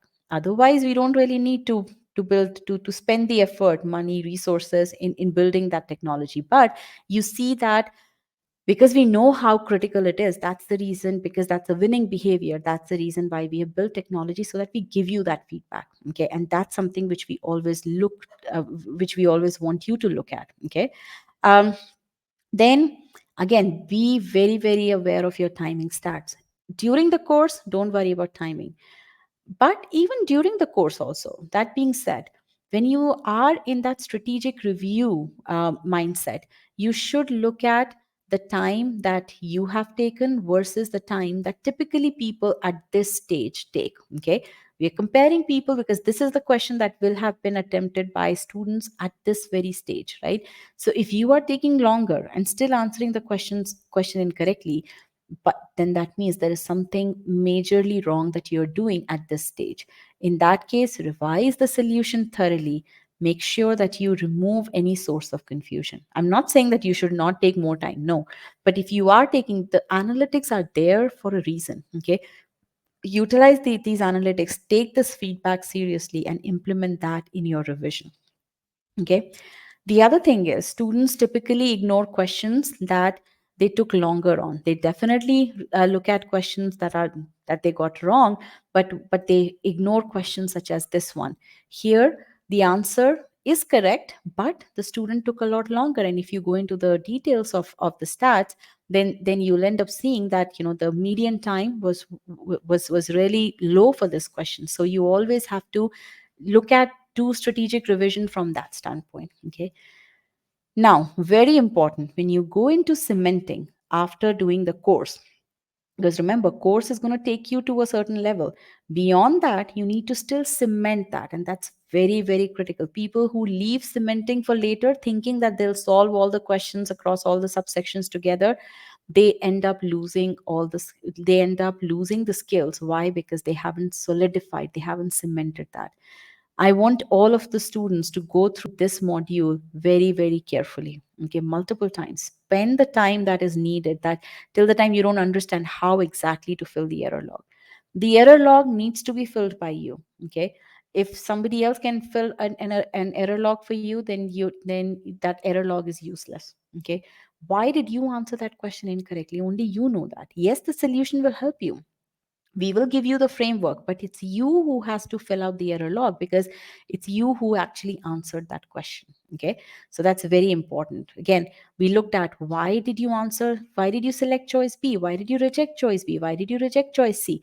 You have to extract all that information when you are reviewing the solution, and you need to make notes of that in your error log. Okay, so that's very, very important. Okay, so again, all of these processes, excel in cementing, identify specific weakness, track your improvement, and these are all the tools that are there. And I'm not going to go into the details of each one of these tools, but if the e-GMAT students, they have access to all of this. If you have any questions as to how to use these tools, definitely reach out to our strategy team and we'll help you out over here. Okay, so again, these are all the best practices. Revision is very, very critical. If you are scoring below the thresholds, you will know clearly what the thresholds are. If you are scoring below the thresholds, that's a big red flag. Okay, there is a reason why. I mean, consistency, that's very, very important. And that's the reason why we say that you have to score above the 70% threshold in medium cementing quizzes in at least 3 files. Consistency is crucial, very, very crucial. Okay, so the other thing over here, this is all in Scholaranium. Again, all of the tech that we've built up, just answering a question correctly. Was there a luck factor involved for you? Was there a rush through factor involved? Was there a timing influence? We give you all of that information, and there is different kind of review for the different kind of reason for answering a question incorrectly, right? So you get all of that information. Then beyond, in Scholaranium, you isolate specific weakness. It's not just that you are answering with a certain difficulty, hard questions with a certain accuracy. It is what kind of questions are you answering correctly? What kind of questions you're answering incorrectly? For example, the student in there is definitely some conceptual issue that this student has in block 2. Okay, modify process wise, the student is fine, because if you can answer modifiers and parallelism questions with this kind of accuracy, upwards of 80% accuracy, and that too not just in a small set of questions, but in last 20 questions, that's a pretty big set. But if the student is faltering in this block, then there must be some conceptual issue here.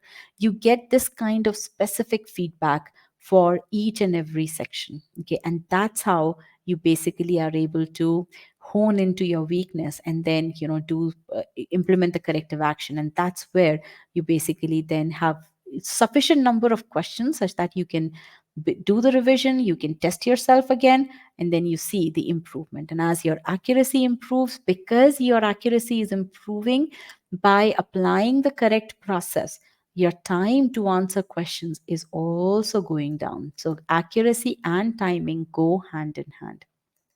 Okay, again, when you see all of this, it's no surprise, it's a slam dunk that we account for major share of all the success that is reported in the industry. So again, whether you consider overall success, whether you consider 5-star reviews, that is what, it's not even comparable.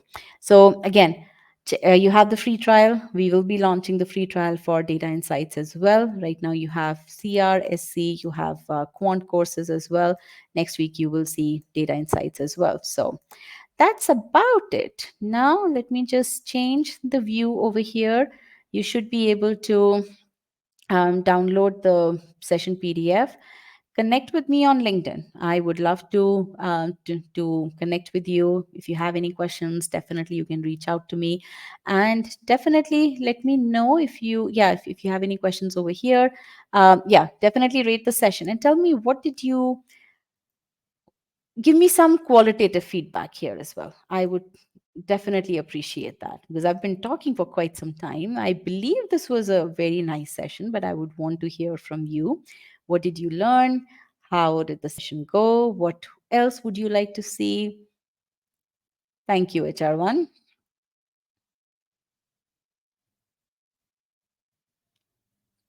And yes, you can leave now. Thank you, Maddie. I truly appreciate that.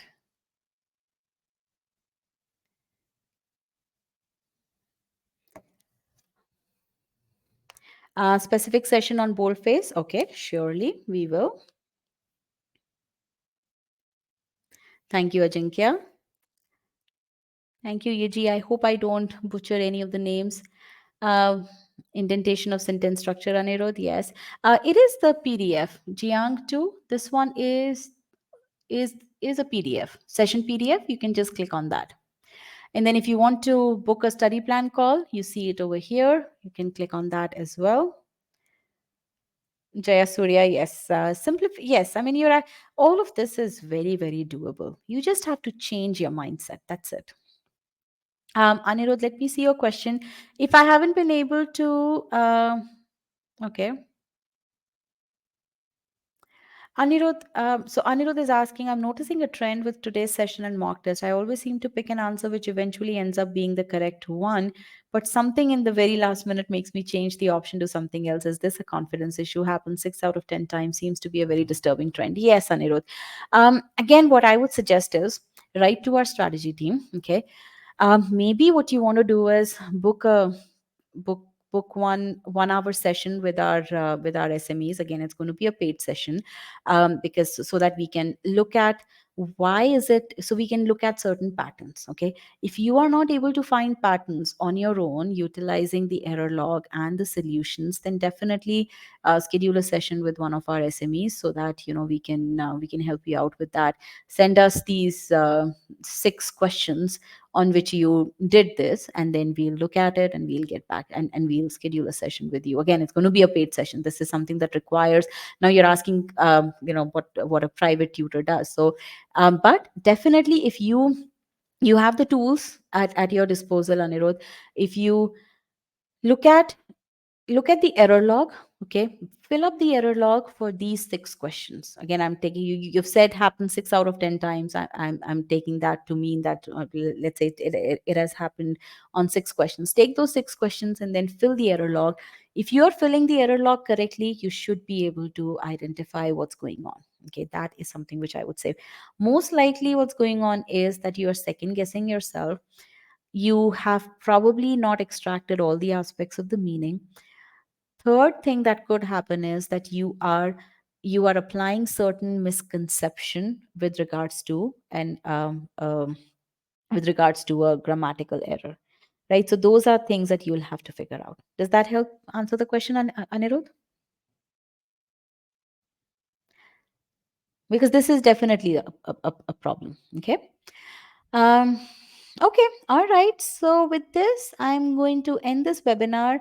If you have any questions, definitely write to us at support@e-gmat.com or write to us at Pile. So you can write to me and my team is definitely going to respond. Harpreet is asking, when does the new GMAT format come in place? November 7th is the first date that you can take this exam on.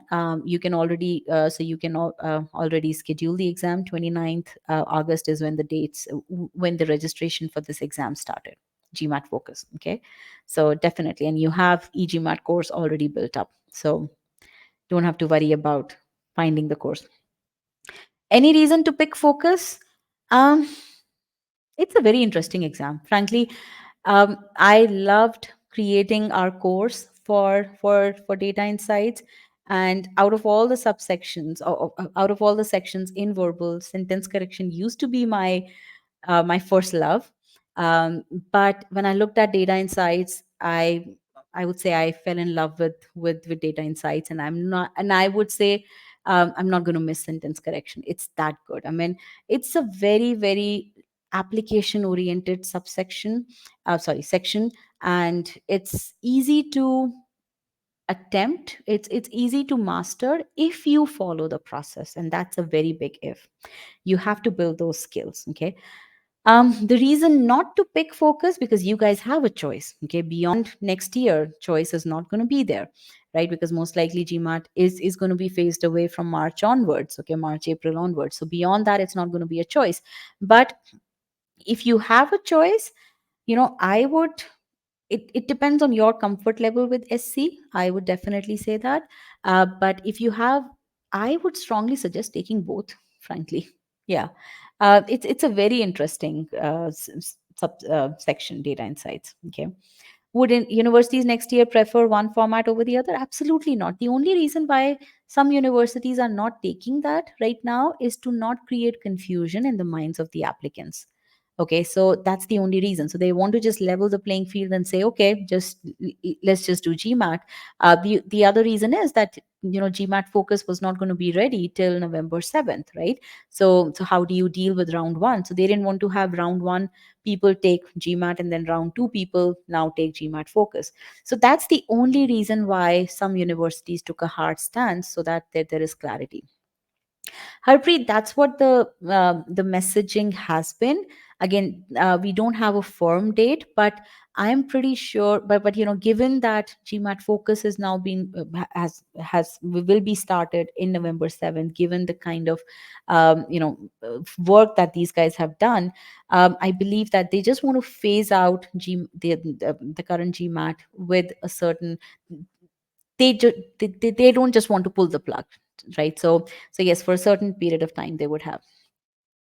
How would they compare versus current applications? Focus. I don't understand your question, Anirudh. See, the thing, there is this belief that there is no basis for data insight. Okay, yes, the percentiles will continue to get enhanced. That goes without saying, because the more data you have, the more precise the analysis can be. But IR as a section has been there since the last 12 years, right? So GMAC already has all that data, right? So in that case there shouldn't be any so it's not like DI is something that they have pulled from thin air. No, this they have had huge amount of success with IR. They have a lot of experience with IR. They've been experimenting with questions, and it's those questions that have been put into data insights, right? So I don't believe that it is that they don't have the data or anything like that, right? So there is not going to be much of a difference there. Now, in what you're saying is, if candidates who have taken both, how would they compare focus exam result with the current one? Through percentiles. That's how they're going to be comparing, and there is the percentile comparison chart that's right there. So they're not going to give benefit priority to one exam over the other. They're going to compare percentiles. Okay. All right. So good questions. Again, both the exams are good. If you are, and again, as you're preparing for SC, you will already build those skills that are the foundation skills for DI. Once you are done with verbal, once you're done with quant, I would strongly suggest spend about 10-15 days on the e-GMAT course for data insights. You will enjoy it. You would truly enjoy it. I enjoyed building that course with my team, and you would truly enjoy going through that. It's a very hands-on, very application oriented subsection. And then take both the tests if you want to. Okay, you guys are the exceptions here, wherein you have a chance to take both the test and experience those. Okay, and you can tell how much I love taking tests. All right. Okay, all right, guys, enjoy. Happy learning, and again, get back to us if you have any questions whatsoever. We're there to support you through this journey. Thank you. Bye bye.